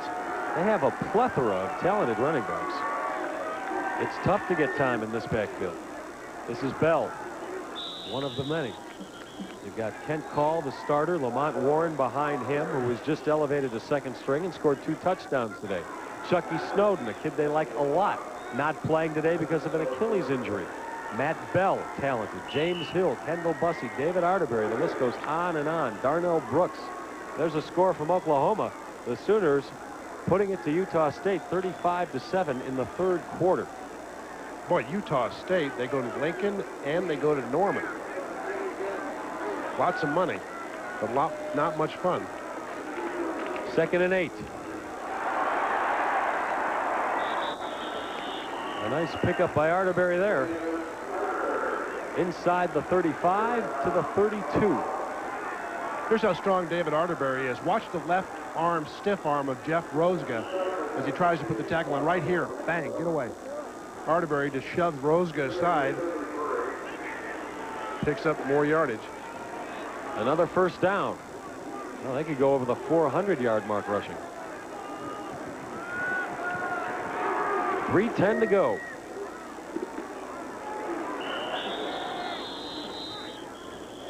That was Dennis Collier, a sophomore out of San Bernardino. We are scrambling to the flip card right here. We're down to the 4th and 5th string here for CU now. There's a score out of Notre Dame. The Irish. George Purvis's crew off to a tough start. They lose to Central Michigan last week in East Lansing and then go to South Bend and get blown out.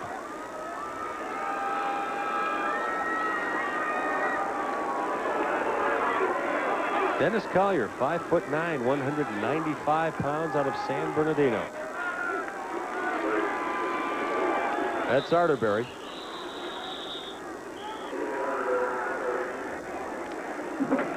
And it looks like another Gopher is hurt.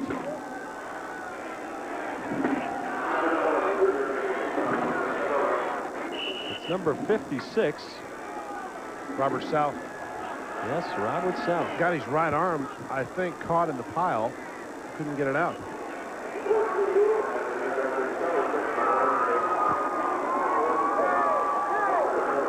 Well, you have to feel for the Gophers. They're not just getting whomped. They're getting hurt also.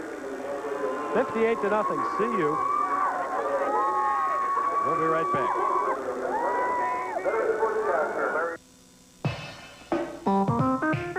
Long. Think of how Minnesota feels.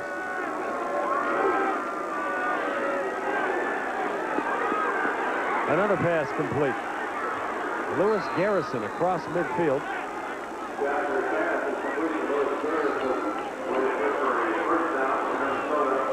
Another first down for the Gophers. 18 seconds left.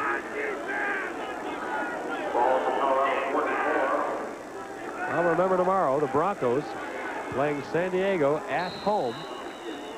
A 2 o'clock start at Mile High Stadium, and we'll have it for you right here on Channel 4. What do you think about that one?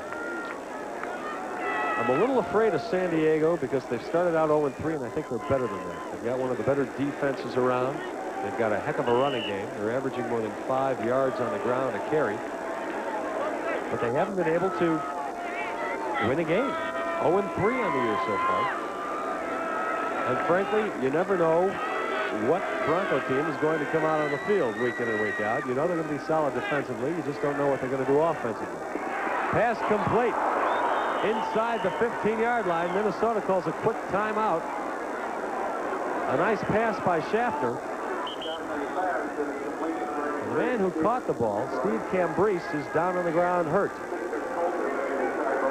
Well, Cambrese, as we said, has good hands. Schaffner lays this thing up, and once he catches it, he takes quite a hit from Spencer Coulter, the senior strong safety. Time has been stopped. Cambrese is still down. Minnesota's going to get one more play. 5 seconds to go here. Now they finally take a timeout, I think. Yes, Minnesota now has called the timeout. They've got 2 left. As if it matters. 5 seconds to go. They're down by 58 points. You would think John Gutekunst would want to get out of here as soon as possible. Oh, you want to score.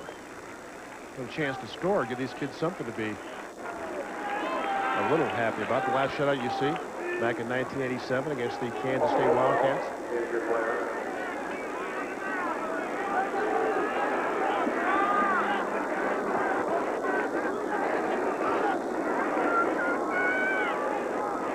We were talking about the Broncos a minute ago. News 4 is proud to join with the Broncos in sponsoring the 1991 SACM project, which raises funds for essential services in the Provident healthcare system.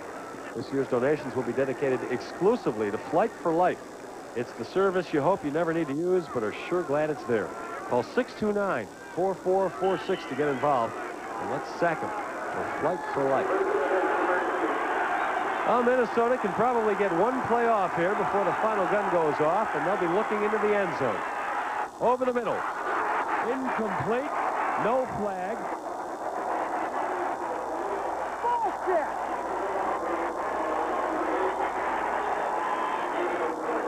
And that is the end of the ball game. Coach McCartney walking off the field with his strength and conditioning coach, Jeff Madden. The two coaches shake hands at midfield. Mac probably saying, John, I wanted to beat you, but not this badly. So the Buffs take a 2. Respect for such quality. Computer balanced, installed by experts. Where else could you pay so little for so much peace of mind? Good tires, good service, good people. Goodyear. Before leaving home, 50% of all travelers get butterflies.